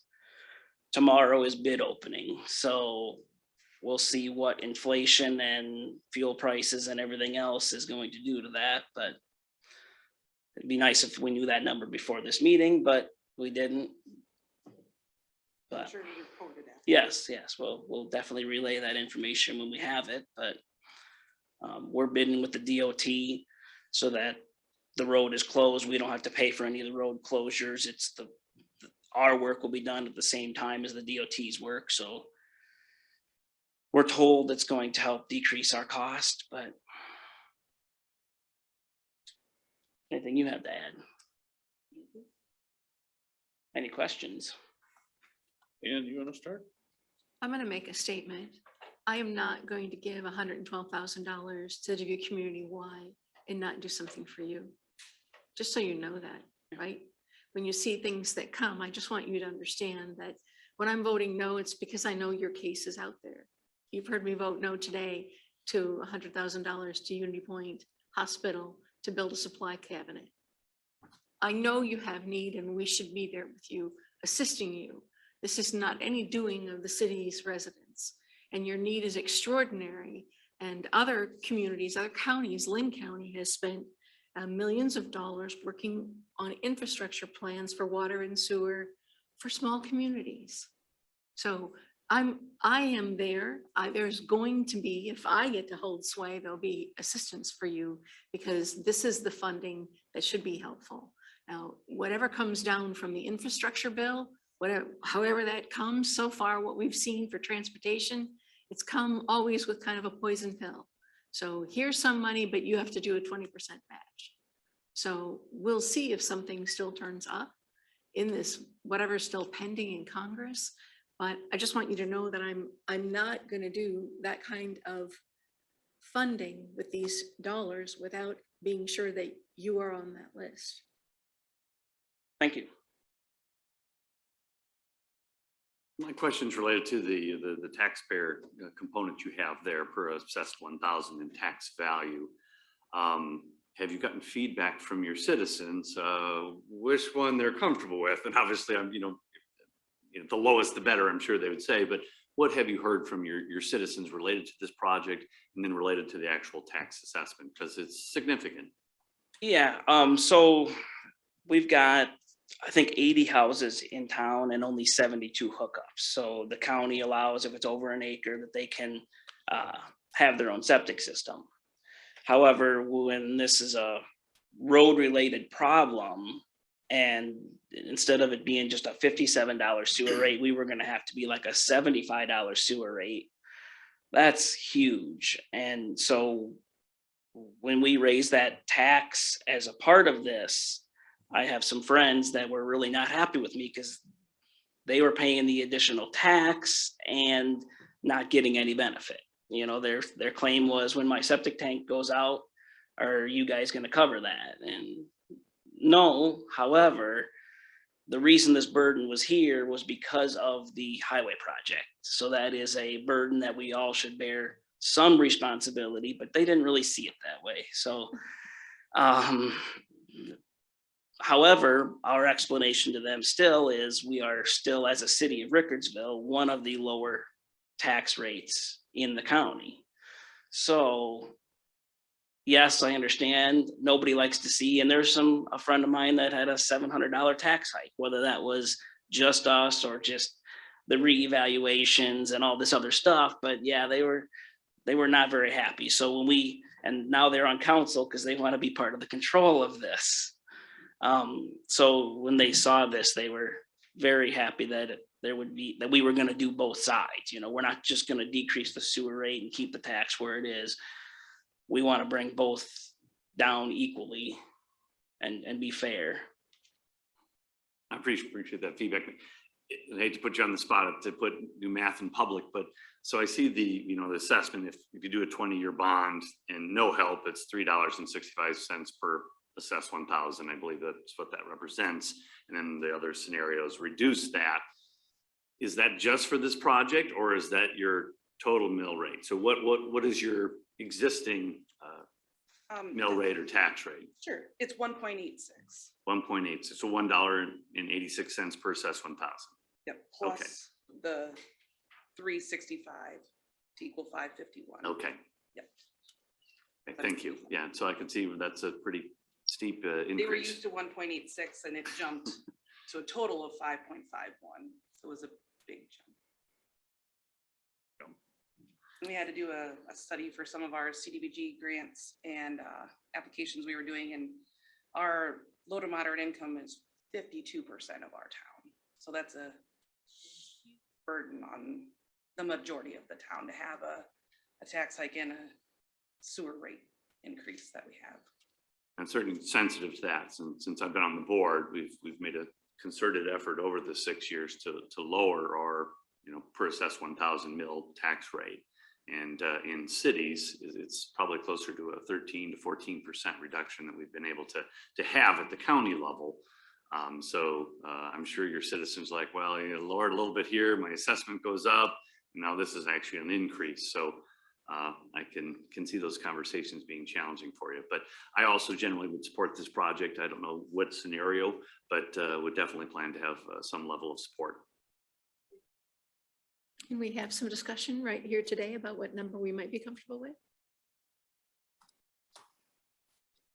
I would recommend that we follow the process we've done before and have bills come back, because we do have 2 or 3 others waiting to present. We are a little behind, but definitely open to that. And we've had follow-up discussion on every other application. You need a number today or? No. I mean, I'm generally in support of it. Obviously, I used to live in Rickardsville. And I think there were several opportunities the state had to avoid this. And they chose to put you in this position. This could have been avoided. And the money it's costing the city of Rickardsville, the road could have been moved, and this could have been totally avoided. But I know the state doesn't want to acquire more land, but the issue being you can't put that kind of weight on a small town and expect them to keep breathing. You can't. So, but I am in support of it. I don't think we need to come up with the number today. So I think we'll just move forward. I think I could be at $500,000. I could be at $500,000, just so you know. But I'm one vote, and you've seen that if you've been sitting out in the seats, you see how that works sometimes. But I know Rickardsville as a community where young people want to come. They appreciate that they have an opportunity to live in a quiet county with some city amenities, okay? And have you seen properties being able to be sold with this happening, with this hanging? Yeah, because we have like you said, there's a heck of a community support. We had a Easter egg hunt just 2 weeks ago. That great turnout. Even in the cold, there was families just in awe of what we were doing and things like that. There hasn't been a house that's been on the market for more than like 2 days for the last 2 years. So I don't think they really, I mean, if they look at the taxes, we're still low on taxes. They might not even see this, but we have open conversations with all of them, if, you know, explaining the concerns. We pay for the garbage out of our local option, so there's no trash fee. That kind of helps justify that $57 sewer fee. We're working on it, but. I think you have recycling bins, Yep. because I know it was a conversation between a young family that I moved to Holy Cross. So we should have moved to Rickardsville because we have recycling bins. Yep. So I mean, I love that there's the flavor there of younger people, and they want to raise their kids in a small community. So kind of like how Asbury was when I grew up there, you know, really a community at Freddie. There's, you know, when I was at a forum last week and all talking about the woes of trying to find housing in the city of Dubuque and the escalating costs. And I guess my voice on that forum was to say, you might want to look Holy Cross, Rickardsville, Luxembourg, Worthington. There are places that have those systems and amenities that you're after. You're going to have a longer commute to work, but to remind people that the county has lovely housing as well. Thank you for what you do, Dave. Thank you. You take the position and then you get hammered on because of taxes and everything else. So, but thank you, Mary Ann. Mr. Mayor, will you be at the mayor's meeting Thursday evening? I'm leaving to Chicago like now, but I'll be there all week, but I think I'm gonna make it back in time for that. Catching the Cubs. No, work, training, so we're supposed to be done at noon. They don't always get done at noon, but we're supposed to be done at noon on Thursday, so then I should be able to make it, but. Thank you both for being here. Mary Thank Ann, you, Dave. Thank for you, all Mary do. Ann. Take a motion to recess for 5 minutes. Second. I have a motion, a second to recess for 5 minutes. All in favor, signify by aye. Aye. Aye. In recess until 10:30.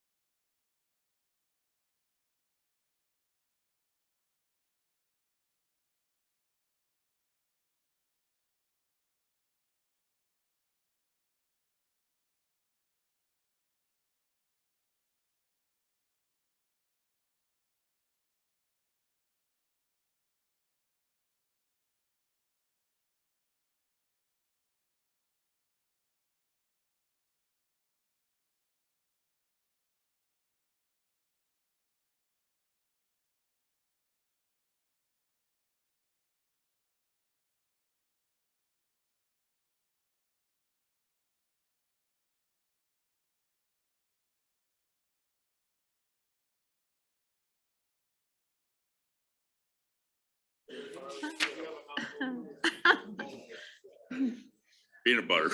You get cold. Let me know, I'll give you my coat. Call the Board of Supervisors back into session.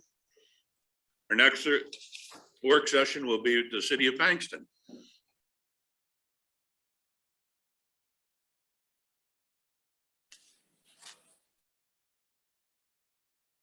Good morning.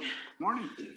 My name is Betty Mauser, and my address is 11499 Gun Club Road in Epworth, and I'm the city clerk for Bankston. And I have with me Jim Decker, who is our sewer operator, and Bart Nyes, who is with an engineer with Delta 3. We're here today, we're looking at asking for 2 different projects related to our sewer and water. And what I'm going to do is give you an overview of our city, and then I'm going to turn it over to Bart to give us a little more detail on the engineering side of it. For those who don't know, Bankston is a very, very small town in Dubuque County. We're about 5 miles north of Epworth. We have a total population of 13 people. And our city government consists of the mayor and 3 city council persons, and then myself as city clerk. And the mayor, excuse me, the mayor and city councils all serve 3-year terms. And they have been in office now for at least 20 years, I think, this particular group. The only utilities that we provide to the residents are wastewater treatment facility and the water supply, the drinking water system. We bill them monthly, and some of them choose to be billed quarterly. We have a total of 8 households. And of those 8 households, 3 of them, the residents are over 65, so they're on fixed income. The other 5, judging by the homes, they're very modest homes, and they were built in probably the late 50s, early 60s. And I would judge that they're probably at the low end of the middle income group. We also have a church. We have 2 masses a week, one on Sunday and then one on Friday mornings. And then there's a small feed store, which is the remote site for the larger feed store out of Luxembourg. And they have 3 employees who are popping in and out during the day. So it is very, very small community. Our annual budget is $15,000 a year, and that's a kind of money in, money out situation. And we're applying for these grants under the American Rescue Plan under the infrastructure category. So with that, I'm going to turn it over to Bart to give you a little more details on the whole project. Thanks, Betty. Good morning, supervisors. Bart Nyes, owner Delta 3 Engineering, 980 Jackson Street here in Dubuque, Iowa. Working with the city of Bankston on their infrastructure issues. Unfortunately, they are such a small community that there are not a lot of cost-efficient solutions for their water and sewer problems.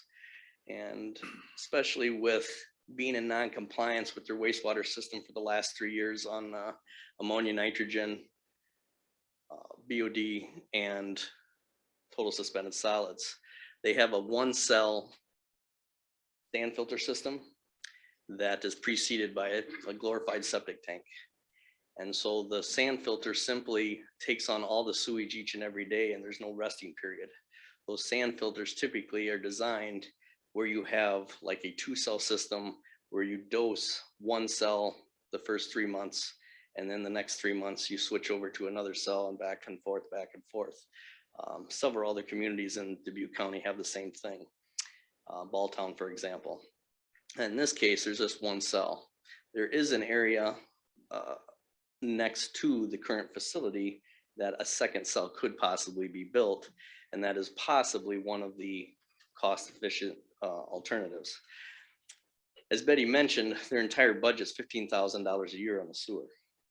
So in order to provide a process and a solution for the DNR to be in compliance, a facilities plan needs to be prepared, which is a large report basically coming up with those cost-effective alternatives, selection of one, recommending, and then showing the details on how it affects the taxpayers and the sewer users. They can't even afford to pay for that yet. And that's why they're here today, is basically part of this whole process in order to satisfy the DNR and become in compliance and provide safe healthy and a reliable wastewater system, they need monies to start the process and hopefully finish the process and come into compliance. On the water side of things, they have one well that's not even in the, it's not even owned on property owned by the city. It's on property owned by the church. And unlike Rickardsville, they cannot go downtown to the bar or whatever. They have no other entity to utilize the water system besides these 8 houses and the feed store. So the process there is to develop one new well, getting rid of the water quality problems and their serviceability to provide for those 8 houses in the feed store, leave the existing well on the church property for the church to utilize for its daily operations in the 2 masses a week. Both the water and the sewer systems are about 35 years old. Typically, water and sewer are designed by the DNR code for a 20-year design period. So they certainly have met their design life. They've exceeded it almost twofold. And so they've run their course, and they simply need to be upgraded for today's limits and standards by the Iowa DNR. That's simply it. Any questions?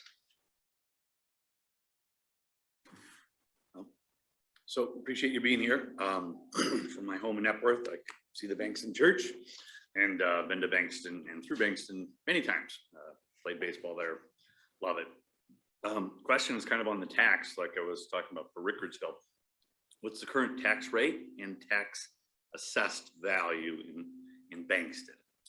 And I think I know the answer to the first question, but I'm sorry, I did not bring any of that information with us today. okay. But is your tax? Do you have any city mill rate?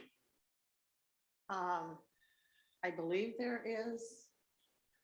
You know, we just recently had to do the max tax levy approval process, but we didn't increase taxes any. We did increase our sewer bills by $20 a household, probably 2 years ago, I think. I was getting my other question. So right now, do you know generally what your sewer and water fees are?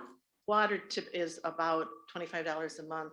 Okay. And sewer is $45 a month. 45. A little higher for the church and the feed store, but Okay. the households are right around a little over $70 a month.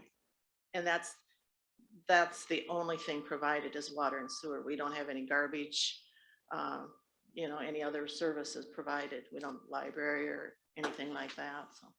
Okay, thank you. And do you have any questions?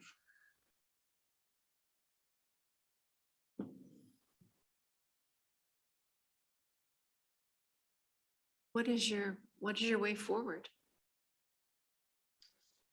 Ideally, if the community is able to secure some funding, again, as Betty brought up, they raise their sewer rates about 100% to help start funding the process to come into compliance. Ideally, they're able to cover the facility planning period. We put that report in front of the DNR for approval, and any monies above and beyond what they are asking for through the county today would be applied through the DNR for the Clean Water Fund program. And that is typically loan monies. There are some minor grant funds, but that loan money would be paid back. It's a 20-year period. And my anticipation is that another sewer rate increase would be needed to help cover the loan costs if they were to receive that loan from the DNR. And with the water system, they didn't want to raise the water and the sewer rates both the same year. So with the water system, in order to drill the new well, provide the new piping, I anticipate they would do the same process where they would raise the water rates then in the next few months and or year, and try to start heading that off in order to get the planning process and the new well project designed and then eventually constructed.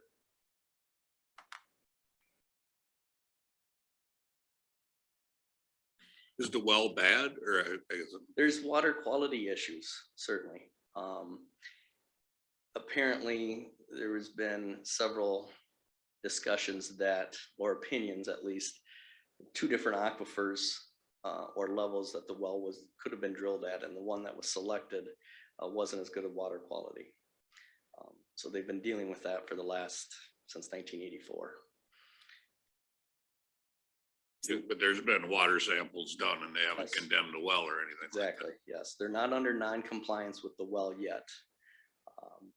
The main problem with it is it's really not even on their the village or the city, excuse me, is not in a situation where it's on their own property. It's the church's property that has the well. And what could happen is if there's several areas adjacent to the proper of Bankston that could be developed here very shortly, and they want to be in position to adhere to those developments in case people want to move to Bankston. Bankston, like many other small communities in Iowa, takes a lot of pride into their community. They don't want to see the reverse, where the 8 houses leave. They want to bring in 8 more houses, and in order to do so, they need to provide reliable, safe, healthy water and sewer.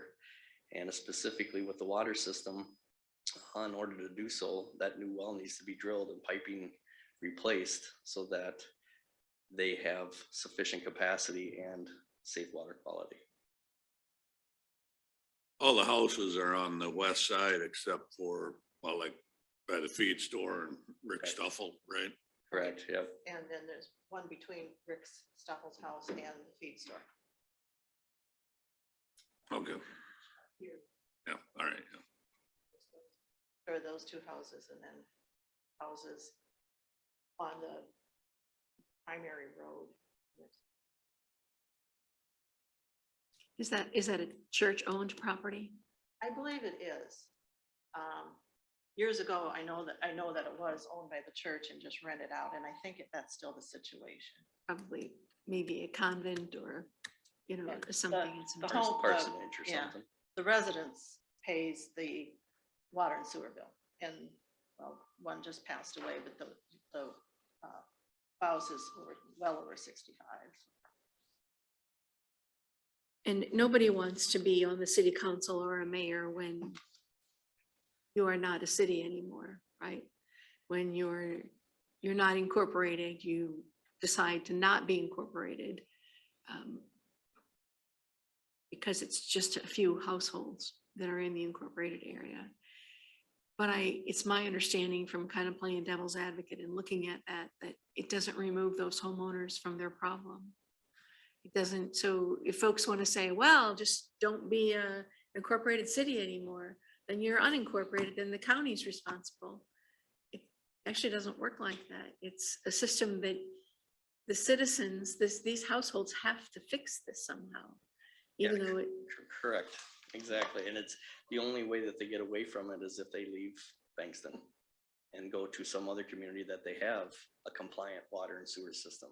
And that's what this community does not want to see happen. If they abandon them, is that what you said? If they leave, if the residents leave Bankston and go to Epworth or Dubuque, where it's a compliant system, that's the only way they get away from it. And again, the city of Bankston does not want to see that happen. How could you sell one of these homes? Do those homes ever go on the market? Exactly. It doesn't pass the. By state code, they're not allowed to have their own individual septic or well. Is that what you're referring to?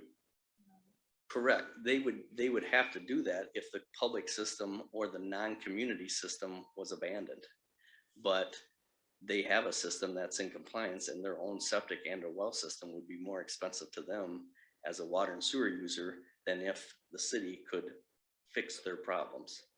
And that's the whole purpose any community water system or sewer system was ever developed, because all of the people in this room help fund one septic tank or one sand filter is less expensive than if every one of us has our own sand filter.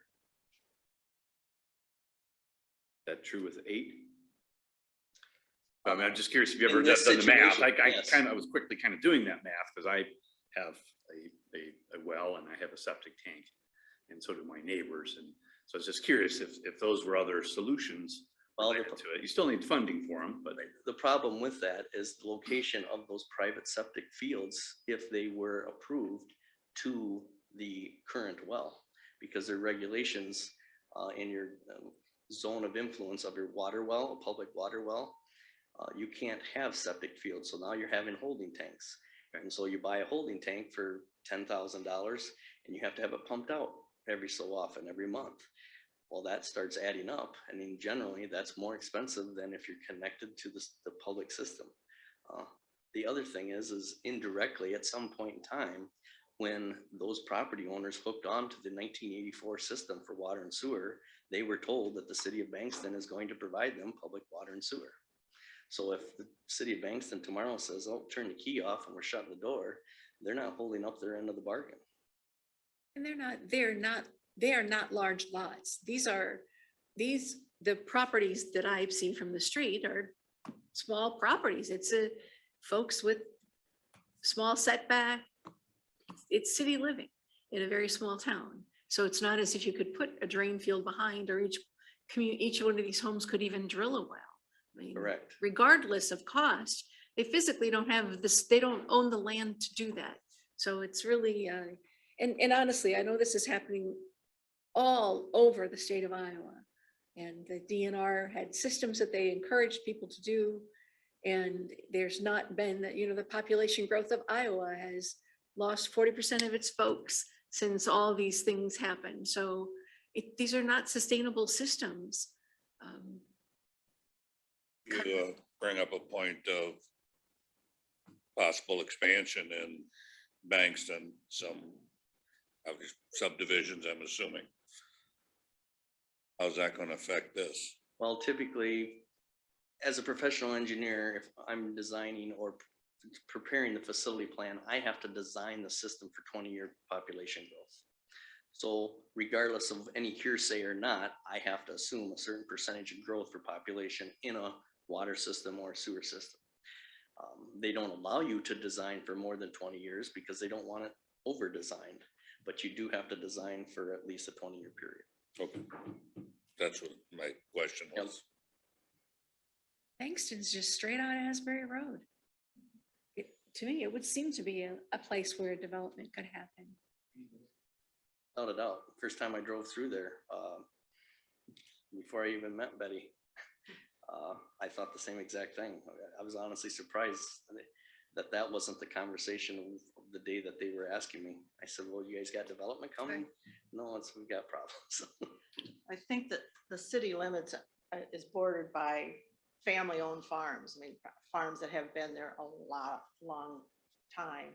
And so I don't think there's as much emphasis on saying, hey, let's sell this off and do some sub-development there. I think they are family-owned farms from years ago. Okay.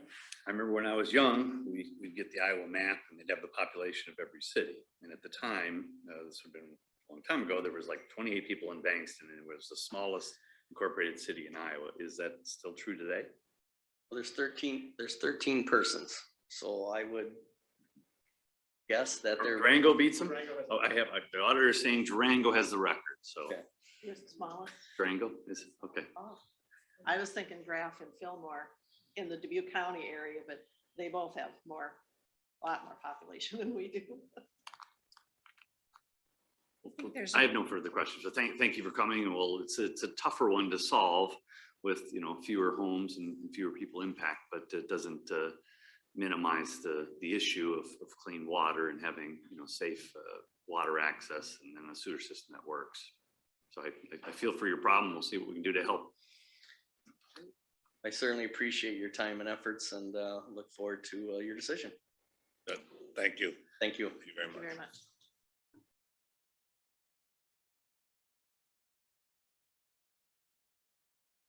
Next, we'll move to the Macocata River Watershed Management Authority.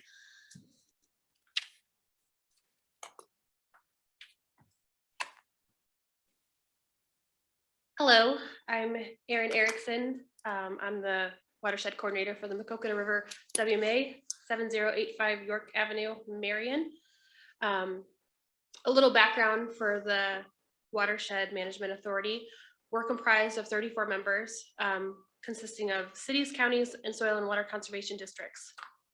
In 2020, Limestone Bluffs RC&D wrote a grant that was awarded by the DNR for $100,000 to fund my position as a watershed coordinator, and then also a partnership with the University of Iowa.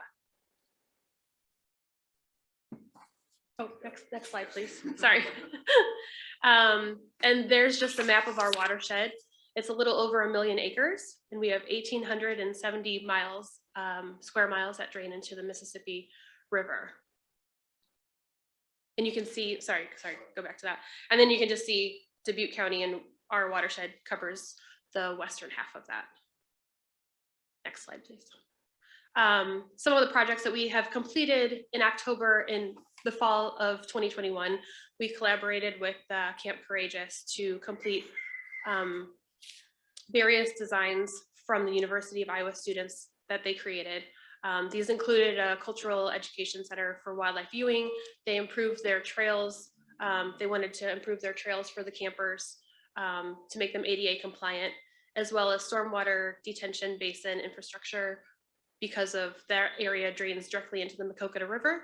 And then also looking at wellhead protection for the water that they use daily at camp. Next slide, please. And then the students spent all semester designing those plans. And then we had a large presentation in December showcasing all of those, where the community was invited. Next slide, please. So other projects we have with the University of Iowa, we're working in Monticello. We have a wetland and prairie restoration area for 2 different locations, one in Riverside Park, and then the other is just behind the new Dollar Fresh Hy-Vee store. And then we are also, last fall, we gathered input from the local emergency responder professionals for a watershed resiliency story map that the University of Iowa students are completing. And then we're also working with Strawberry Point and the Manchester Fish Hatchery for different water conservation murals. Can I ask you a question? Just yes. Go back the slide, please.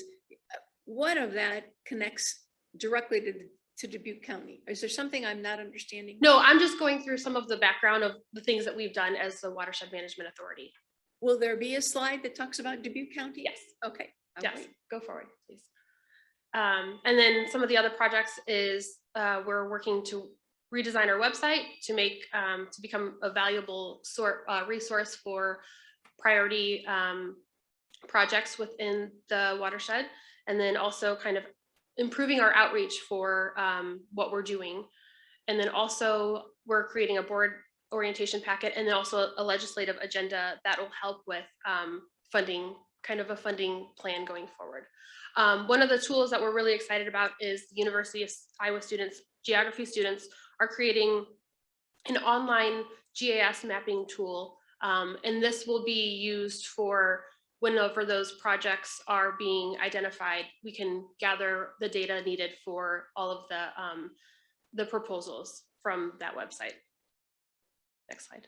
And then we also have a newsletter to share all of our projects that we're working with. Next slide. So some of the things that are happening in Dubuque County, we have 45 sites that we monitor for water quality, and we've been monitoring these sites for 3 years. And so there's 8 sites in Dubuque County. Next slide, please. And so there's 45 total sites in the Maquoketa River WMA or watershed, and 8 of these sites are in Dubuque County. There's 3 of them located and collected by the city of Dyersville. So with the soil or the water sampling, that includes a cost for testing each sample, which is $18. And so for 5 samples for Dubuque County for 5 years is $270. And we're testing for nitrates, chloride, sulfate, E. coli, turbidity, and dissolved reactive phosphorus. And as you saw in the last presentation, water quality is very important for this area. Next slide, please. So we are asking for $42,000, a little over $42,000. This is, the purpose of this will be to replace the annual funding from Dubuque County until fiscal year 27. And that's, we were, we generally ask for $1 per capita for our members within our watershed. And our board in February approved the 1.5 per capita. And when we applied for this, this was before that approval of that 1.5 increase. And so at the bottom, you can see the 5 years of water sampling plus the 5 sites from the Dubuque membership is roughly $41,000. So it's a $41,000 request for 5 water samples. No, for 5 years of providing support for the Macoka River WMA.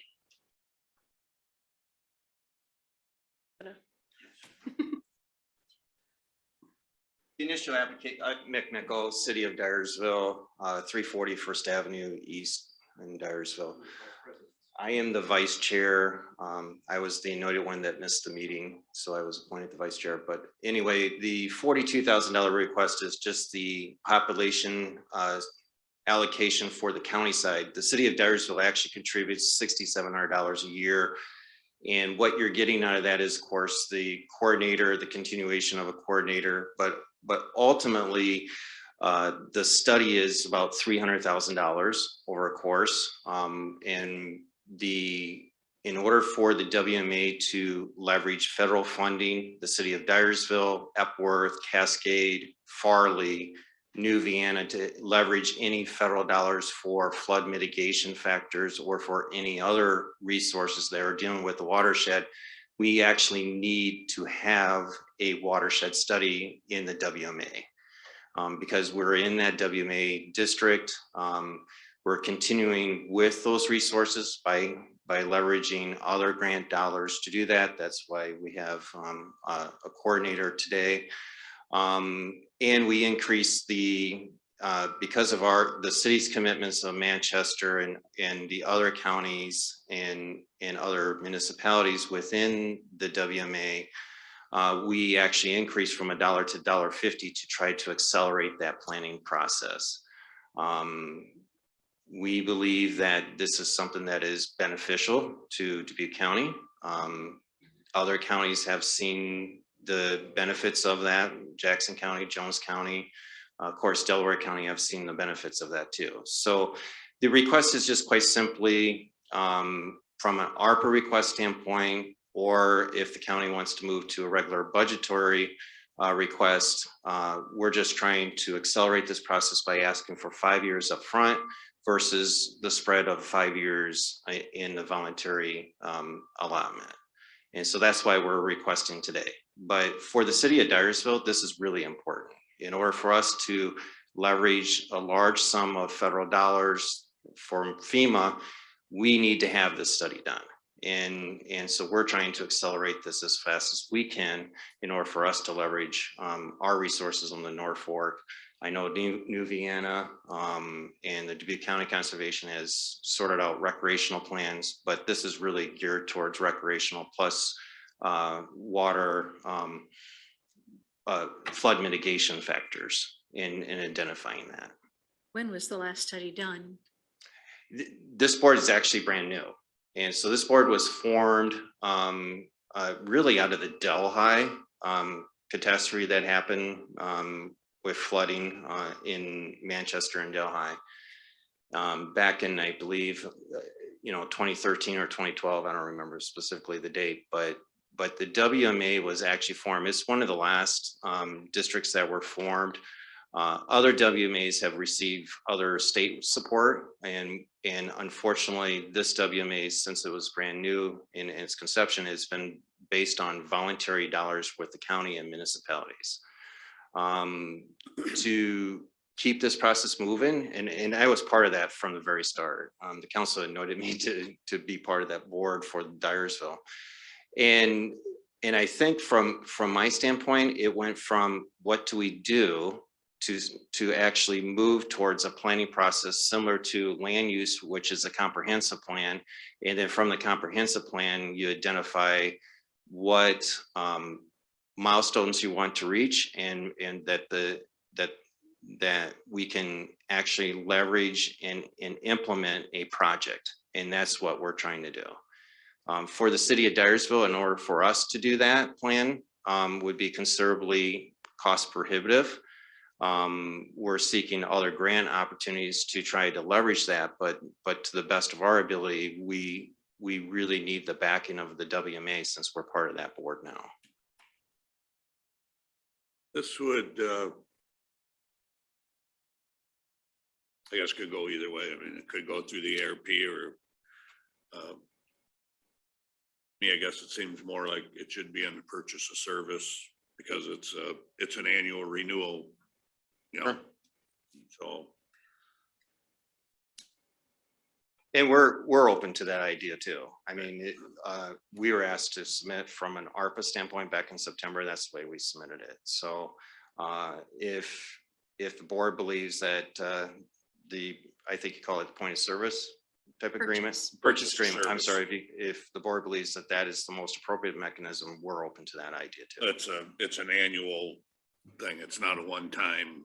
Yeah, and this is really to help the other smaller communities that, you know, Epworth, Worthington, New Vienna, you know, they have tight budgets and so for them, the county could, we've seen that in other counties like Jackson County has picked up the tab for a lot of the smaller communities. I could tell you that we, at the city's budget, we budget it every year and we do pay our allotment every year. And this figure here does not include that allotment. Should your payment be removed from the request? The payment is not part of that request. We have skin, the city of Dyersville has skin in the game above and beyond that request. Okay, but this is based on the per capita of every Dubuque County resident, is that right? It's based on the per capita of county residents minus the city of Dyersville County. Because our allotment is about $6,700 a year. So this is the outstanding outside the corporate limits of Dyersville. This is the remainder allotment for Dubuque County. Does it include people who live in the city of Dubuque? It includes not people who live in the city of Dubuque who are within the corporate boundaries of the WMA, such as New Vienna, Worthington, Cascade, Farley, portion of Epworth that are in that boundary line. So this is the remaining allotment for that.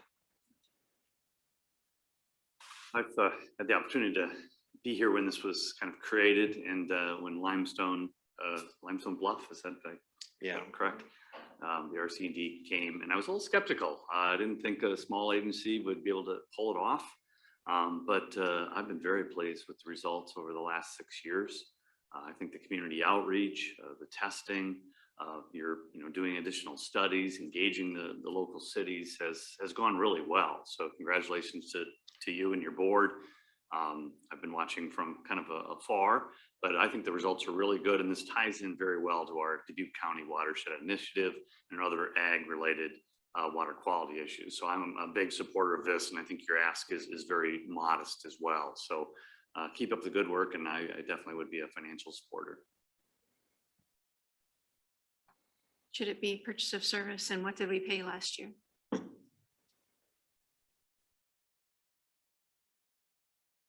I'm sorry, what? 7129. Oh, it's here. Okay. And we're open to either or. I mean, from our standpoint, we're just trying to move ahead with our funding priorities and trying to move ahead with getting the plan accomplished. And I'm just asking questions, right? So yeah. it's not a no. I just need to understand what I'm voting for. Yeah, no worries. I was just trying to help give you the answer. The 7129 is just for the remaining population base that's outside the corporate limits of the city of Dyersville. If you want to include the city of Dyersville, you're adding another $6,700 to that equation. And I'm sure that the taxpayers of Dyersville will be. Would thank me. Thank you. And I will thank you on behalf of the taxpayers. So, but I think, from Dyersville's perspective, we have skin in the game. I think we've shown both in time and talent and in our in our taxpayer dollars that were committed to the WMA. And I know personally, I've spent a lot of time sitting on the board and actually helping progress this to the next level. I do know that the fruits of our labor will actually pay off once the plan's accomplished, and I believe that we can leverage the necessary federal dollars to make things better that are in Dubuque County along with the regional area. So it's a great regional project. I think that this is something that watersheds extend above and beyond just the corporate boundaries, and both in the county level and the city level. So we all share this together, and I think this is a good way of adding camaraderie within the region and build those relationships and actually do projects that are benefit for this whole area. I would generally be in support of your funding.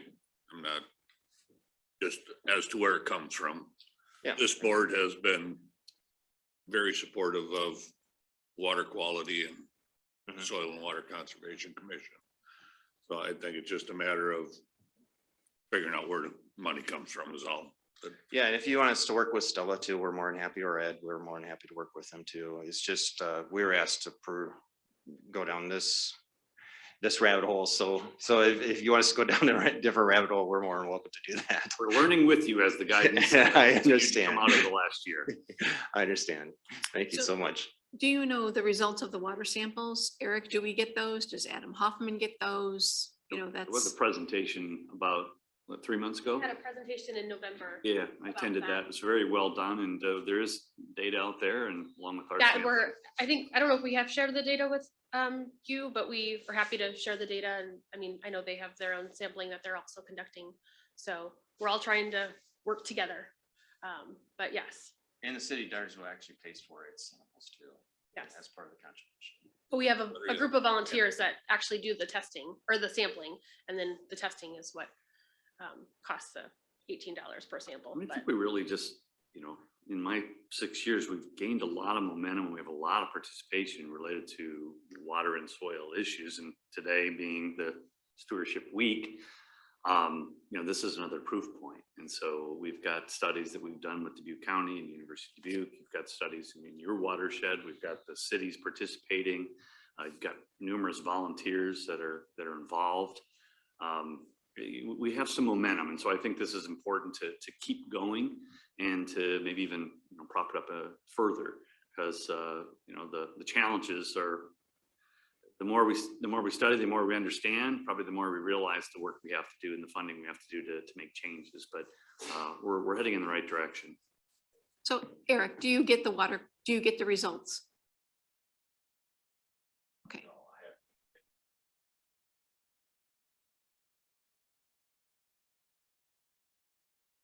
For now from Dubuque County, so I think there'll be hopefully some better coordination with our group and their group and some of the testing. And there is some overlap, I think, with some of the testing we're doing and what they're doing. Right. And that's what I would like to make sure, that we're all working on this together and not siloed. Otherwise, you can do many, many tests, but if the people who come to us to make change don't have those pieces of information. Sure. And those, from a transparency standpoint, we do list the test results on our website, and anyone can grab that information at any point in time. I do know that I've been working with Eric on WMA projects along with other regional type of WMA resources that you guys have been involved with Houston Engineering and stuff in the past. And I know that filtering information can be cumbersome at times, but that's why we try to publish it on our website to try to be as transparent as possible. Sure. Thank you. thank you, Mick. I'm good. Thank you, Aaron. thank you. We'll move to the Sustainable Iowa Land Trust presentation. Good morning, everyone. I feel blessed to be able to see you in person finally. My name is Susan Aram. I am the Community Engagement Specialist for the Sustainable Iowa Land Trust. I live at 1398 Franklin Avenue in West Branch, Iowa, rural Cedar County. I'm also a fruit and nut farmer. Well, actually, I'm a fruit farmer because my prairie burn got away yesterday, and I'm afraid I lost some nut trees. Oh, that's how it goes. I gave you guys our written presentation so you can check back with it, but I'm going to encourage you not to try to read it all while I'm talking to you, because brains don't work that way. Just a brief highlight, and then I want to spend more time on the budget because it's radically different than what we submitted 7 months ago. So first of all, what is silt? Farmers farmers smile and environmentalists smirk when we call ourselves silt, because we farmers know that when silt stays where it belongs, it grows good food. We were founded by farmers and community members 7 years ago who were just fed up with going through farm crises every 40 or 50 years. We're in the middle of one now. Anyone who's trying to buy farmland would know that. And we believe that a lot of the crisis is caused by debt, and that when you have less debt, you have more choices. And that's what we're going for the next generation. Our farms that we protect, we're one of the only land trusts in the country that do this. We're very innovative. We protect only for sustainably grown table food production. It doesn't mean it has to be fence row to fence row, but that's what we protect for. Next slide.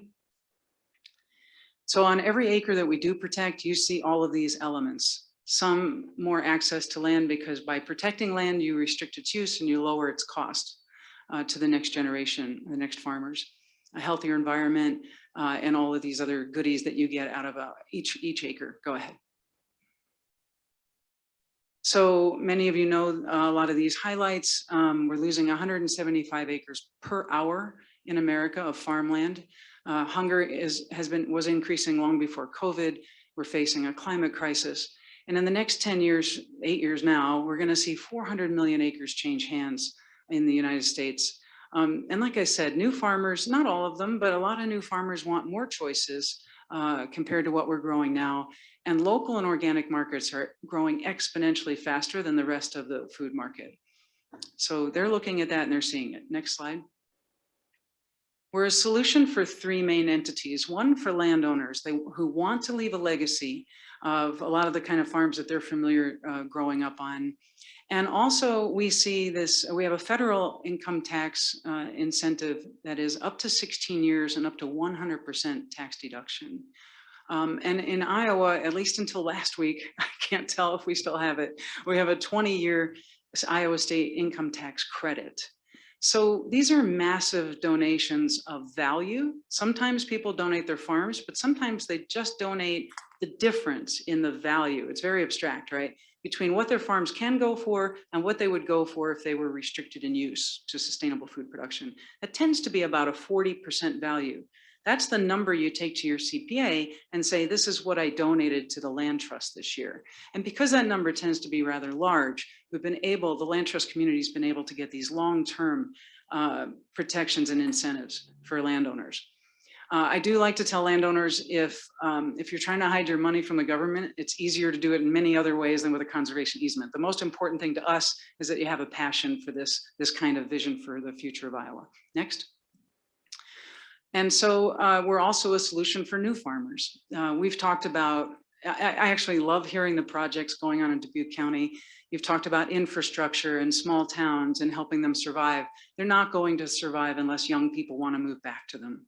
And we, in a lot of our farms, we're seeing a lot of young people involved because it's labor intensive farming. It's the kind of farming that our fathers would say, are you out of your mind? That's why we have tractors. That's why we do corn and bean. And yet that's what young people want to do these days. And since we see a 40% discount on the farms that are for sale among individuals with protection attached to them, we also provide the same on farms that are donated to us. Go ahead. Next. We're a solution for communities, finally. This is a study that just came out in the last year and a half that shows that if we dedicated the 50 miles around every major community in Iowa to food production, we could feed every man, woman, and child here a meat and potatoes diet. But we have a feeling that that 50 miles is probably planned for other things. I don't want to be too radical about it. By the way, we're currently importing 90% of our food, so it'd be a pretty radical difference if we just lowered that number. Next slide. So SILT is proposing this campaign that we started just this year to surround 10 cities in 10 years with 10 permanent food farms. Next slide. And to create a model that we can take nationally. Of course, there are food farms around other cities, but our food farmers are in the wild west of land purchasing. They're carrying an immense amount of debt when they try to buy land up against a housing developer or a commodity corn farmer. And increasingly in Iowa, unfortunately, up against outside investors, which is something that's not happened before. So can we take this model around the country and say, let your food farmers, people who are growing food for your communities, compete against each other? But let's take that land off the market for housing development and for commodity cropping, which are two just entirely different uses. Next. So for this ARPA proposal, I'm so glad I could show you some pictures because the written proposal just didn't do the work that this will do. Go ahead. We're talking about climate smart farms in the watershed. So here's we're imagining a farmer, and I don't want you to go too far outside of your comfort zone. He's an older person, he owns land, it's a he, and he wants to maybe diversify his income, and he's thinking about the next generation. Maybe he's already got a buffer because Eric's been working his buns off getting those buffers in, right? And he's only really thought about it as what we farmers call farming the government, right? We're getting a payment from the government, but we don't really think about it as many other things. We're going to encourage him to think about it as a crop, prairie seed and flowers, maybe biofuel, but he's going to keep the roots in the ground year round. Next. Then we say, how about upland a little bit? Why don't we put in some higher value crops like chestnuts or elderberries? I know that sounds a little loony, but believe it or not, these are, even though these are, well, maybe because these are niche crops, they're very high value. And we at SILT already know where you can sell both of those automatically. Next up. Now, our farmer there in the tractor on the buffer, he's really not interested in growing trees. He's 60, 70 years old. He's not interested in new equipment, a new way of doing things. He says, what I've been doing for me is just fine. But we say this is a great opportunity for the next generation. But even the next generation has taken a close look at those 18-inch tree seedlings we put in, and they say, we need some time for those to grow. We got to cash flow this. Give us a couple of acres for some vegetables so we can make a living while we're waiting for those trees to grow. Next up. But this is pretty labor intensive stuff. We could use a small home here, maybe one of those prefab homes from Iowa State that they're 3D printing, something like that. And we need some fertilizer because if we get hooked on that synthetic fertilizer, well, farmers know how that goes. The price of that goes up a lot faster than the value of your crop. So we want to get them hooked back on animals. They can grow their meat on the hoof. They can have their automatic lawnmower. Now that we have electric net, they can move around so much easier than anything our fathers had. This is a great way to move your meat through the whole system, fertilize, and have good stuff to sell at the end. Next. And then the corn and bean that's still on the outside of this little farm on the edge, if that's near a growing community, the value of that land has just gone up even more. Developers who come looking for land like this with a farm like that, they charge 35 to 45% more for their houses than in your standard development. And this is in 90 communities around the country. This has already been tested and proven. And I was at the Sustainable Communities Conference and did a panel discussion just a couple of years ago with a planner and a developer from Illinois. We packed the room. We ran over time with questions. People were so excited about this. Next up. So this whole little unit here becomes one system. Sorry for the typo there. It's job creating, it's carbon smart, and it's a food producing buffer. It's still a buffer, right? Next up. And it can look like this, except that's in upstate New York for us. We'd have prairie up to the river. Next. Or this is in Wapello. This is the one that makes $7,000 an acre net on chestnuts. Next. Or this is Ben. Ben moved out of Iowa because he gave up on trying to find a farm like this in Iowa when just as SILT was getting started. So he's in Wisconsin. Next. And when you ask about what kind of farming we're looking at, these are the basic principles of what we call regenerative farming. You minimize your soil disruption, you keep the soil covered, you have a diversity of crops, you limit or eliminate synthetic chemicals. That takes some time, and that's a lot of work.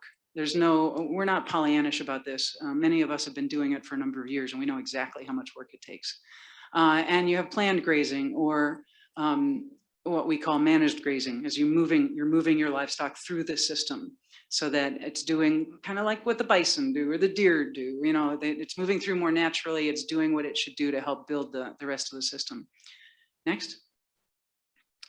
So this is a bigger picture of all the things that each acre we protect can do. It is going to, and you'll see that it's much in line with ARPA, food security, pandemic resilience. I think we saw during COVID how fragile our food system was in many places. It's going to increase your quality of your recreation and by providing cleaner water in a natural way. It's going to be very welcoming to next gen farmers. It's already proven that the good work that Eric's been doing and others, Makokata as well, I'm sure, each acre that you put into a buffer, you're saving about $8,000 a year in your water treatment. It's already been, I don't know where that number comes from in the country, but that'll give you a range. And of course, it improves your public health with a bigger infusion of fresh, healthy foods into the community. Small business opportunities. I think you have a lot of people in this community, people of color and plenty of other folks who would like a chance to start up a little trucking business with one truck and go get all the food, or start a little online marketing business, so that we're not asking these young farmers who are growing the food to not only become experts in multiple crops, but to be expert marketers and expert distributors and expert salespeople. I think that's asking a lot of a single person, and it's not going to last. Next. So maybe you can zoom in on this a little bit, but this is what I wanted to focus on. I think I still have enough time because I flew through that. When we first put in this proposal 7 months ago, it was for $1.7 million. But it has been 7 months, and we are closely tied to this community, and we've been listening. And so what we did, first of all, we took the first year off because it's been 7 months. So that certainly saves some money. But we also trimmed it in a number of other places and upped it in others. So we took out any effort to try to pay landowners for the value of their land. It opens a huge gate, and pretty soon you're kind of in a bidding war for that, and there's no paying enough, especially with land values the way they are. But we increased student internship opportunities, which we would love to have at the local community college. We increased public outreach because of the need to educate everyone in the county about why having these kind of farms in this community are of value. And so we have quite a bit in there for that. That would be social and traditional media, print media, it could be or it could be seminars, it could be just fun field days at farms that are open to the public, that help everyone see, you know, and taste good food and see a beautiful farm. And we added a beginning farmer support, because once we took out the landowner payments for value of land, we had quite a bit of money that I felt like we could add in, and beginning farmers really do need that support, whether it's a small tractor or fencing or anything else. They can use their federal eligibility, and they can leverage it with some other funds that we could provide as a grant based. And of course we would rank landowners and producers based on their qualifications for whether or not they would receive this money. And that would be determined by the local advisory council that we would organize, so that local people are helping make these decisions. So we come out with, finally, instead of 1.7 million, a request for 570,000 from the county.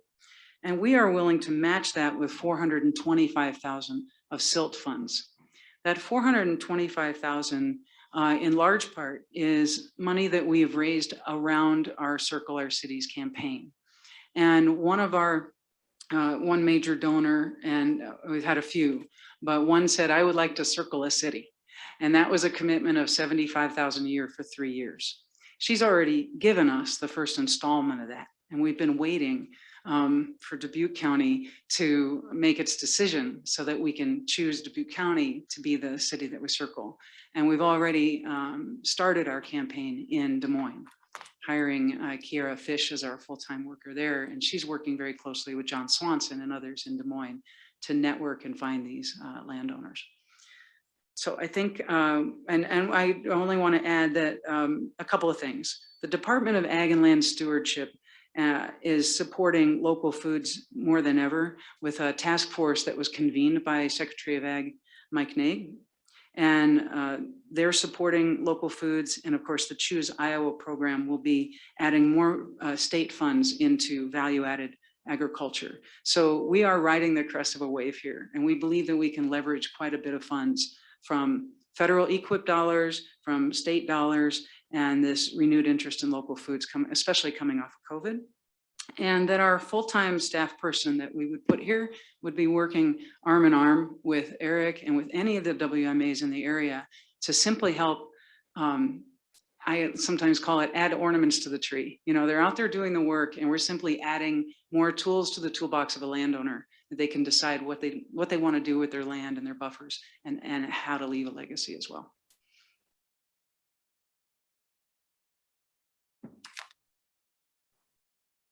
I also brought some literature while you're thinking of your questions to give you guys.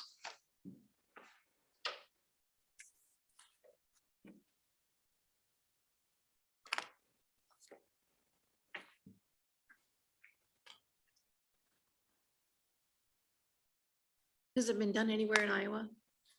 Has what been done? Have you, did you present to other counties? You've got other circles? Yes. Who's in right now? Okay, we launched this, we did a, what do you call it, pilot project in Fairfield last year, which got cut short by COVID, but we did protect 2 farms in a year, which was pretty rapid pace, quite honestly.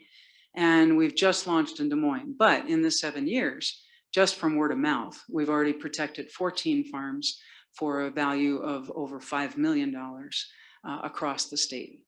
2 up by Decorah, 2 in Northwest Iowa, 1 in Omaha, a couple closer to Iowa City, and 1 down in Wapello. So we have been successful with this model of protecting farms, finding the landowners and protecting the farms. But we've just in January launched the Circle Our Cities campaign as a strategy. And we have already put in our proposal to, you guys were one of the first, you know, to get your applications up on the web and then close the applications. So yours is farther along than some, but we do already have a more than $1 million proposal into Polk County. And we have one ready to go when Lynn County opens up its second window for applications, which it's supposed to do this spring. Didn't make one in their first round of applications? I did not. I failed on that one. I blew through it. What about Johnson County? We're not going to do Johnson County. We have other means there.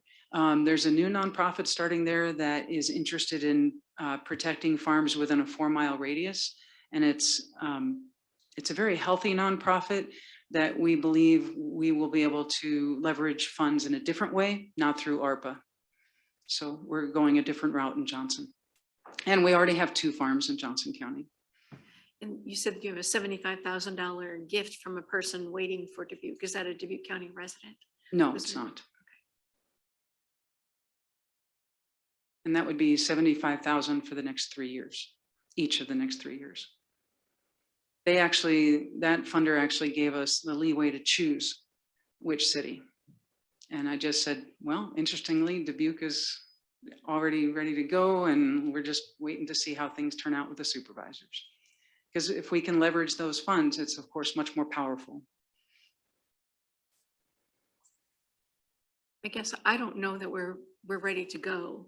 I don't know that. I know your program, and of course I'm excited about the ideas that you share, but I don't have any way to think that this is actionable here unless there's knowledge that just isn't being shared. Perhaps Eric can give us some indication on whether you know of any landowners even that might even think this is interesting. Well, I think that He said he'd be up here with me, so I'm dragging him up.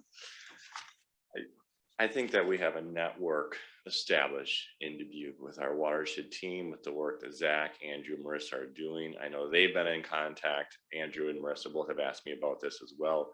So I feel like the network is there. We haven't gone out and specifically have identified parcels where our focus has been on flooding and water quality, obviously. But I think this is a really good next step in how do we connect more with the community, and how do we connect more with farmers and other options. So I look at it, you know, and Susan and I have talked about another person being out there, you know, in the realm of trying to preserve and trying to promote conservation activities that we're trying to do.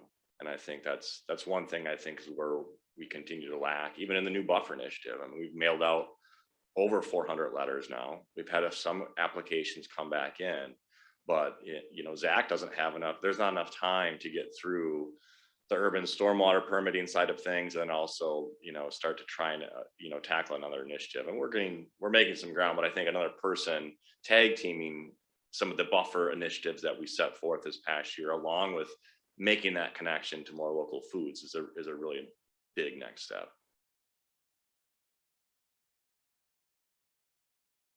One of the things I definitely like that, appreciate Susan, we've had conversations, and it seems like forever, but maybe it's only been a year and a half or so. I was unaware of the program, you know, in the acronym, but the more I hear about it, and even today, kind of seeing the numbers, you know, I think one, it's established. You've got 14 success points, so I would be confident that we could figure that out here. The other thing I really like is that it fits with our existing programs. So, you know, right now depends how you add it up, about $700,000 annually we have on projects and salaries.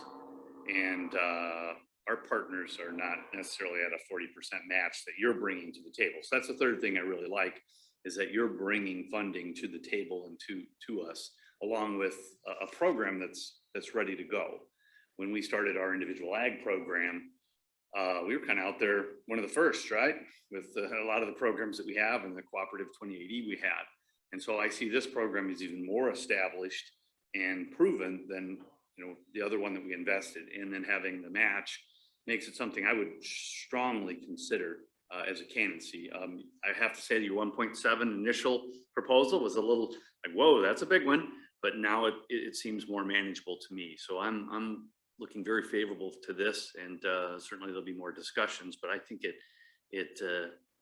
fits very well with our existing ag programs that we currently have, and would be another offering to that community. Not only that, I do hope it will help promote your local food systems and your public health. I really think that it's just a natural. All this happens on one piece of land, and getting kids out there to see. I had a 23-year-old farm intern from Connecticut who had never eaten a fresh strawberry. And boy, did she eat a lot of strawberries that week. But, you know, we have a lot of young people who don't even know what a fresh piece of fruit tastes like, or a fresh vegetable. And this can augment your farm to school program, your local food program, and your public health program in terms of the increased nutrition that comes out of a fresh piece of produce compared to one that's been on a truck for 6 or 7 days. I feel bad that you have to remind me of our local food program, so I appreciate it. I missed that piece. So we funded that component as well, and that's been, you know, up and running for the last 3 years. And many of our producers at the local level are actually from across the river. Right. And so this would be a good opportunity to show that we can do it here in Iowa as well. And Eric had pulled together this amazing gathering of the WMAs and the local food people a number of months ago before we put in this application. And the energy in the room was just incredible. We met afterwards, and Silted bought the sandwiches. We kept going and meeting. And I haven't seen that kind of energy anywhere. So I understand, Supervisor, if you're reticent, but we've learned that sometimes you catch the lightning, you know, when it's coming at you, and go with it. And the energy here is in Dubuque, and I just hope that we get to be a full-time permanent partner. We want to hire somebody from the Dubuque community who wants to do this work. It'll be somebody you've all known and loved, I hope, for many years. No, I don't have anyone in mind. We want a local person who knows how to talk to our rural landowners in a language that they're comfortable with. And we want to bring on local interns, student interns, to help with the work.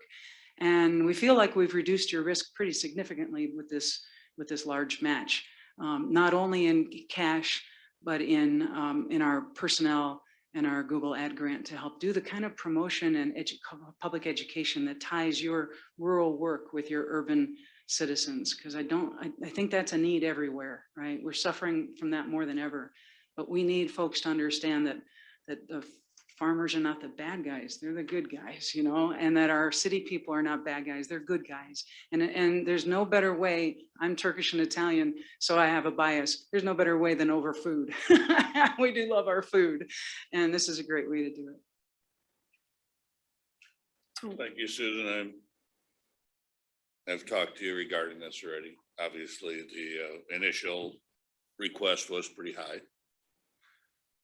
We brought that down substantially.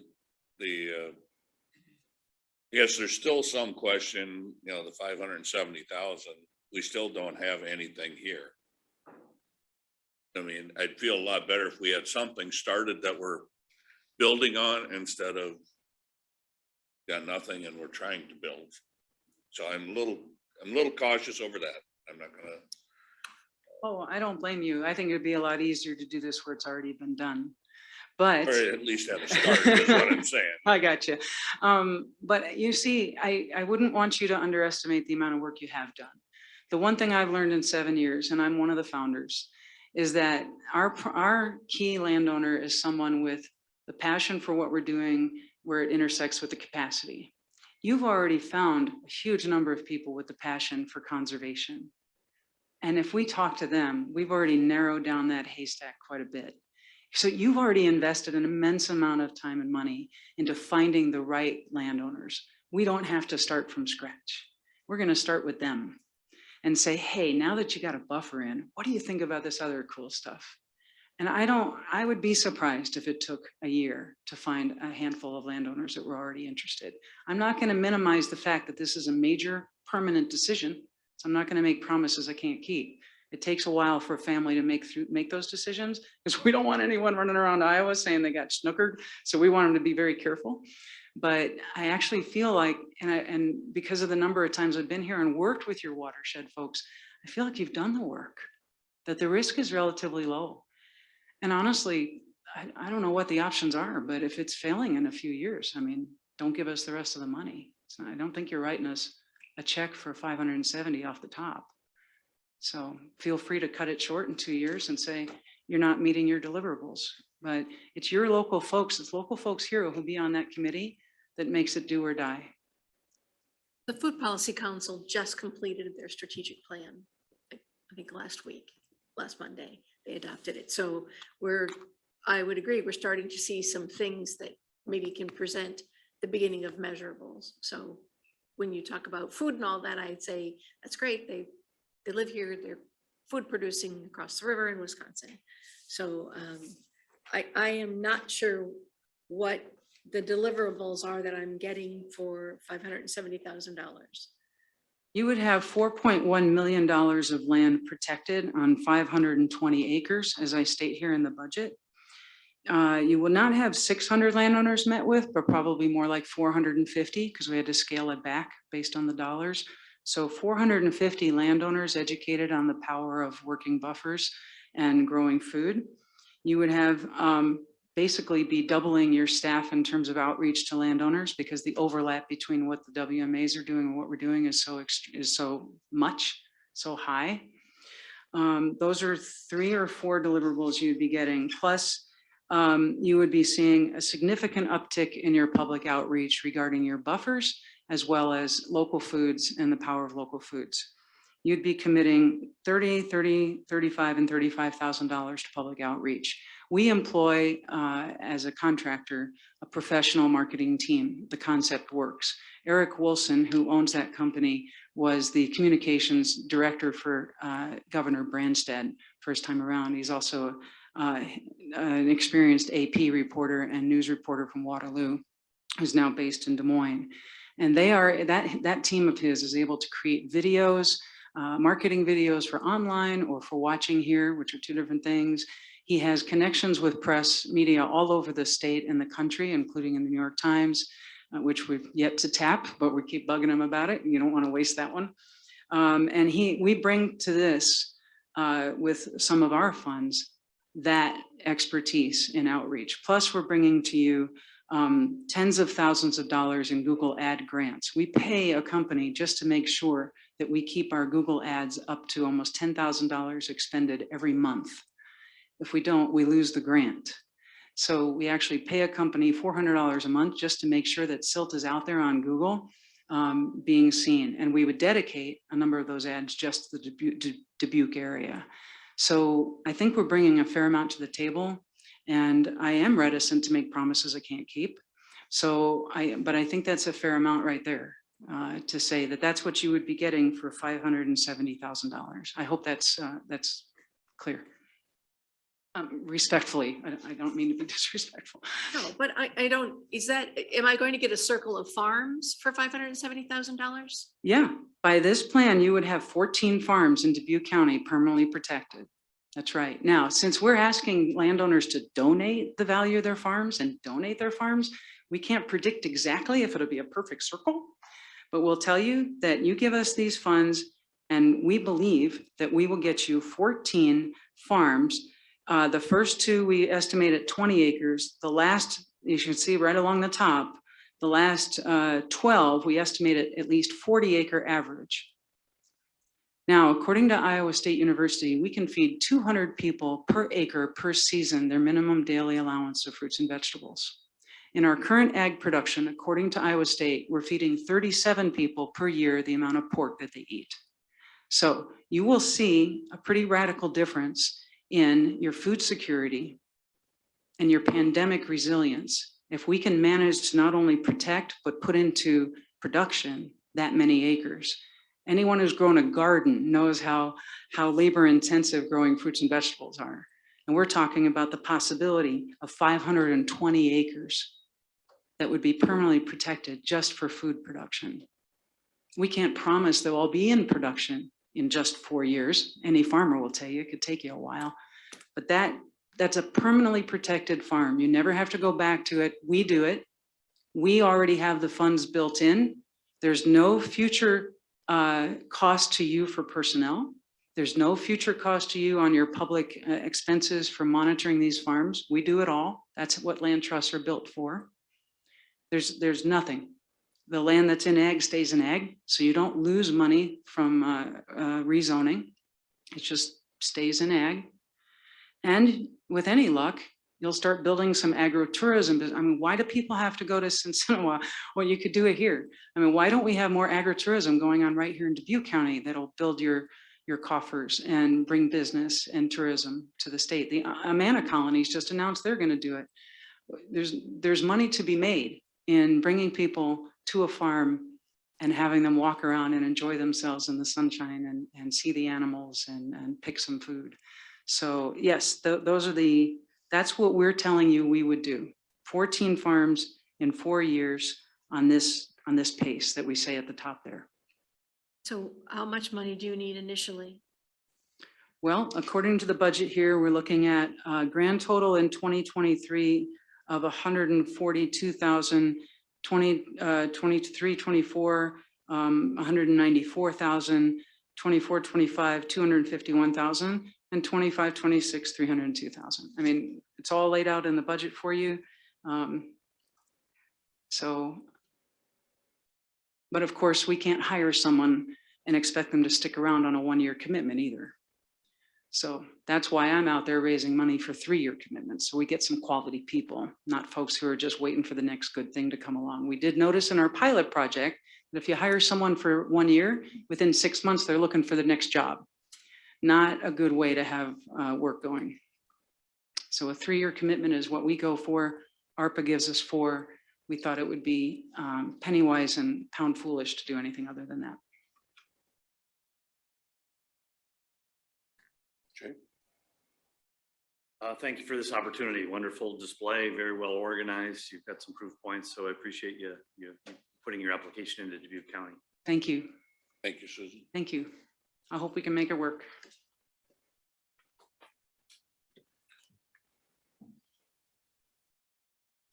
We have 11 o'clock boards, commissions, and supervisors update. And if you'd like to lead.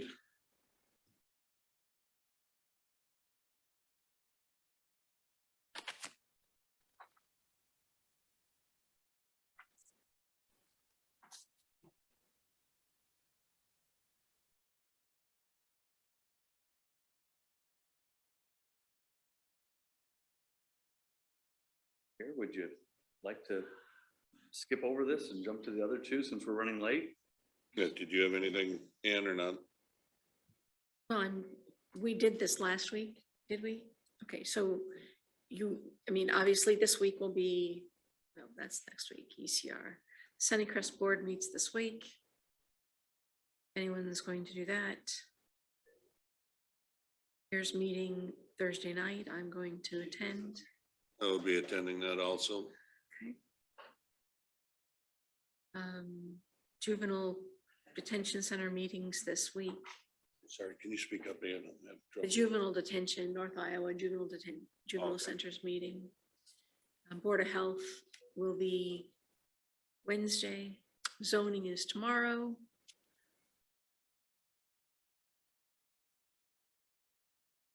I have met with folks about the airport. Met with those individuals offline. I would ask Supervisor Wickham if you could share to Ed Raber. I understand that the chamber frequently has updates to their board members from Molly Grover, maybe weekly. Could we get those circulated to us as well? That would be up to the chamber, but she does do a weekly update, and I would certainly be open to requesting that she sends it to all supervisors. Is that your request? Yes, I met with her and I asked that, and she indicated that she was surprised you weren't already sharing that. So, but that would be the if you could alley-oop it to Ed, he could get it out to us. So we'd all have the information from the chamber. I prefer that she sends it directly to you. Some of the information they do state there is private. And so once it hits Ed and others, it's not. So I just, I'm on the board, I'm an ex officio, but I'm not responsible for their communication. I'll just ask Molly directly. Maybe you could help coordinate that, Ed. And she's offering it and saying it would be valuable for us to know what's going on. So. That's wonderful. I think that's a good idea.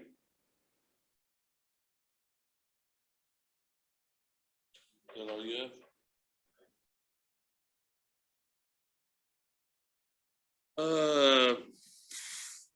Several meetings, obviously you brought up a couple of them, the zoning board, board of health, mayor's meeting, landfill meeting at noon Wednesday, community foundation and children's brain health at 1 o'clock tomorrow.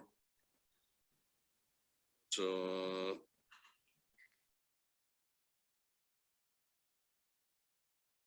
truly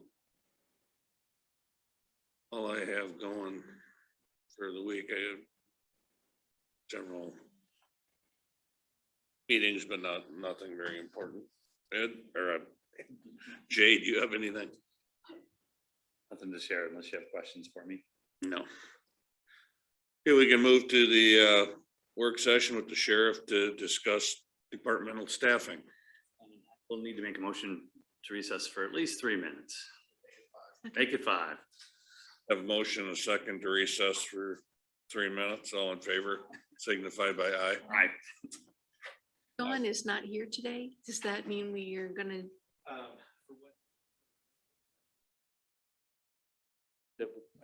She needs to be here. Well, we're not closed yet, but I just wanted to, before we go through all that and have you say that there's no Dawn. I assume. That's gonna be canceled. That's for the Oh, okay. negotiations. That's, yeah. Oh, so we only had 1 more minute. If it really be only 5 or 10 minutes, I can just sit. If we want to go into session. I just saw the 2. I thought we were going to have a closed session too, but that's most likely No, canceled. Dawn's not here, so. Let's proceed. Let's proceed. So we had 2 more sessions. So the board The budget director just left. I mean, does that? left away. Right. Oh, Didn't vote it? There you go. Wow. We didn't vote on going into recess? Oh, very good. Well, First of all, I'd like to say condolences on Chief Doles. very nice. I know you guys worked with him for many years. That was a tough news. Like, whoa. Yeah, it was a Been a It was a long year, surprise hasn't it? for everybody. I think, obviously, when you have somebody that dedicates that much of their life to public service and retires and, 6-7 months later, they're gone. It's like, way too young, unfortunately. So For some reason, that really seems young to me. now. Is the gift. Yeah, so pass our condolences on. I know you work with all this, like, Yeah. city police, PD. So much, and it's just gotta be focused on. Good guy. So the reason we are here, as I'm sure you're well aware, law enforcement recruiting is difficult these days. And honestly, it's hard to complain too much when you look at every business you drive by, doesn't matter what industry you're in, everybody's got a help wanted sign out. But just to kind of give you an update on our staffing issues, we currently have 3 open deputy positions. We have 2 open corrections positions. We recently took in a bunch of applications for the corrections positions, and there are several good candidates. And the reason we wanted to come to you today is when we took our civil service test 2 weeks ago, we only had 3 people pass everything. And so having 3 openings for deputy positions, there's one person that we made an offer to. They have accepted the offer. But we don't feel that the other 2 people on the list are a good fit for us. And so we want to try to find ways to help boost our staffing levels and keep our staffing levels up. So basically, the reason we came here was to ask the board for some flexibility or fluidity with our budget as it comes as we talk about these deputy and corrections officers positions. And what we're requesting is that so our staffing, we're allotted 77 deputy positions or certified peace officer positions. And we have a total staff of, I believe, 108. And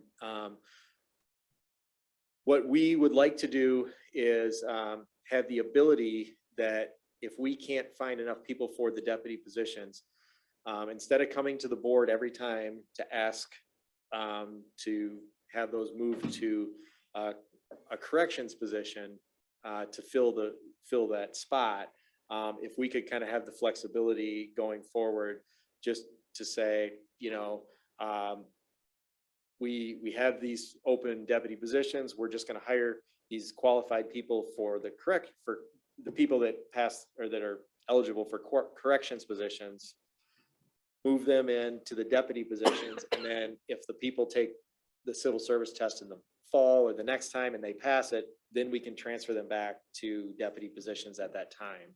But we just don't want to have open positions because we don't want to get into the compounding issue where, you know, we can't find staff. So the staff we have to work on a bunch of overtime. So then they get burned out. So then they leave earlier, which opens up more spots that you can't fill. And so basically we're trying to think of outside the box ways to fill these positions and keep people working for the county, working for the sheriff's office, and also help us backfill some of these deputy positions as we go forward. And, you know, like I said, we will never have more than 77 deputies working maximum. We'll never have more than our 108 total employees. We just want to be able to say, we've got these 2 deputy positions. We don't feel we have qualified people to fill those positions. We want to hire corrections officers in those, in the place of those, and we will switch them back when we have the ability to do so. And it's a cost savings for the county because the corrections officers, they start at $24 an hour. Deputies start at almost 27, right? And then they top out, the corrections officers top out at $30 an hour, and the deputies top out right now at $34.90. So, I mean, it's a cost savings for the county to be able to do this.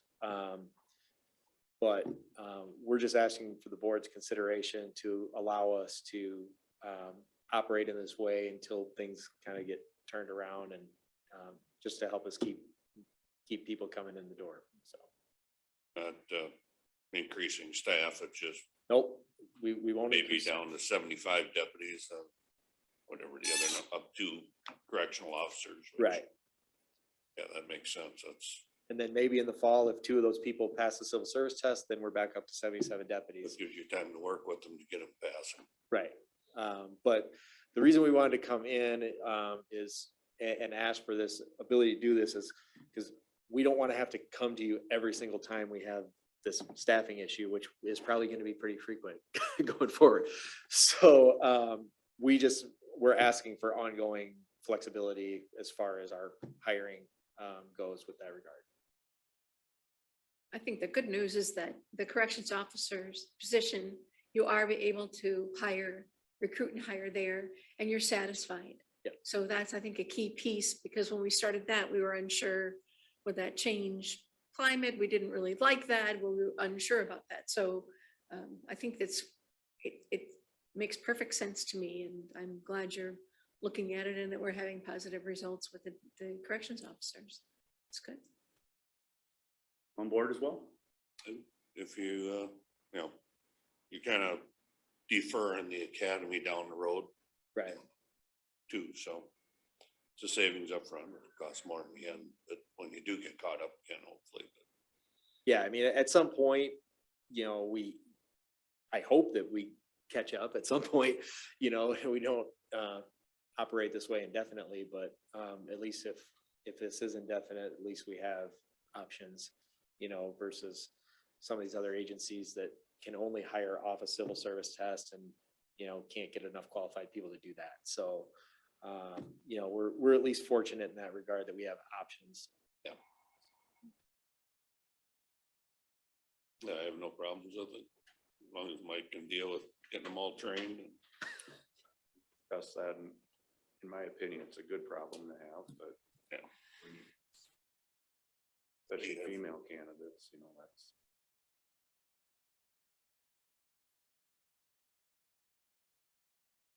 Last few years have been very hard on the training officers because Oh, yeah. there's always been somebody in training. You don't get that time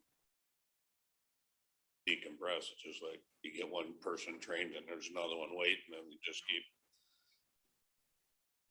In the funding for a social worker in the jail, where that's coming from the region, Yes. that will begin.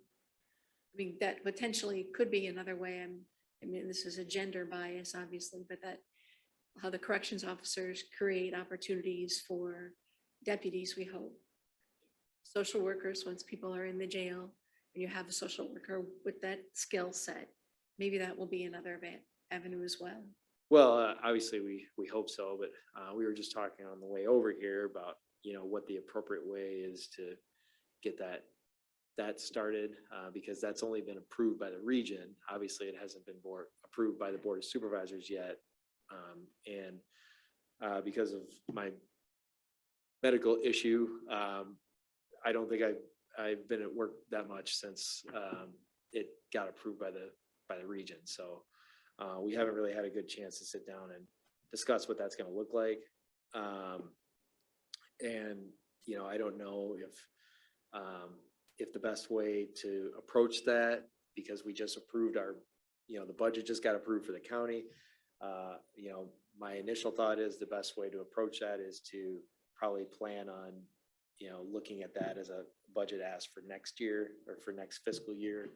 But that's just something. Amend that in, Joe, when you're ready. And when you're ready and you see, I mean, I wouldn't want to create that barrier it's in the next full budget. If the region is offering that service and it's sustainable there, that's a great cost share to get an employee to build the department that I think you think that the future is, right? These are skills that someone can bring that then it takes a little bit off what a deputy might have to do if you can. So when you're ready, just come forward, date what, regardless of, that would be my opinion. Yeah. You're ready, let's get. And I appreciate that. Like I said, that all kind of happened right around the time I had my knee surgery. And so I really haven't had a chance to really sit down and talk to Mike in depth about what we want to do going forward and what that's going to look like. So that's probably something that we'll probably look at, in a couple months and maybe come. So. Say, wow, they funded 50%. Got excited when I saw 100 right away, but. Yeah, no, and the thing is, if it makes it into the regional budget at this point, it's got some sustainability because it's coming in under what we hope the state will fund. All right, thanks for your time. Thanks, Joe. I guess Thanks, you Dave. guys don't Thanks, need to Mike. vote on that or anything, do you? Or? I don't believe so. Okay. I think there's general consensus. Discussion. We're Yep. good on it. Concession. But take care of your 2-foot leftyitis or whatever it calls.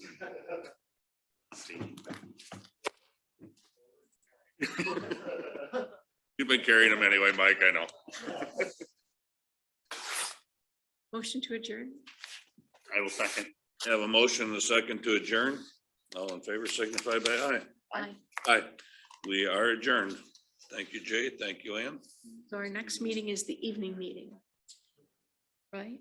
Say the 18th. Next meeting is the evening meeting. Find anything?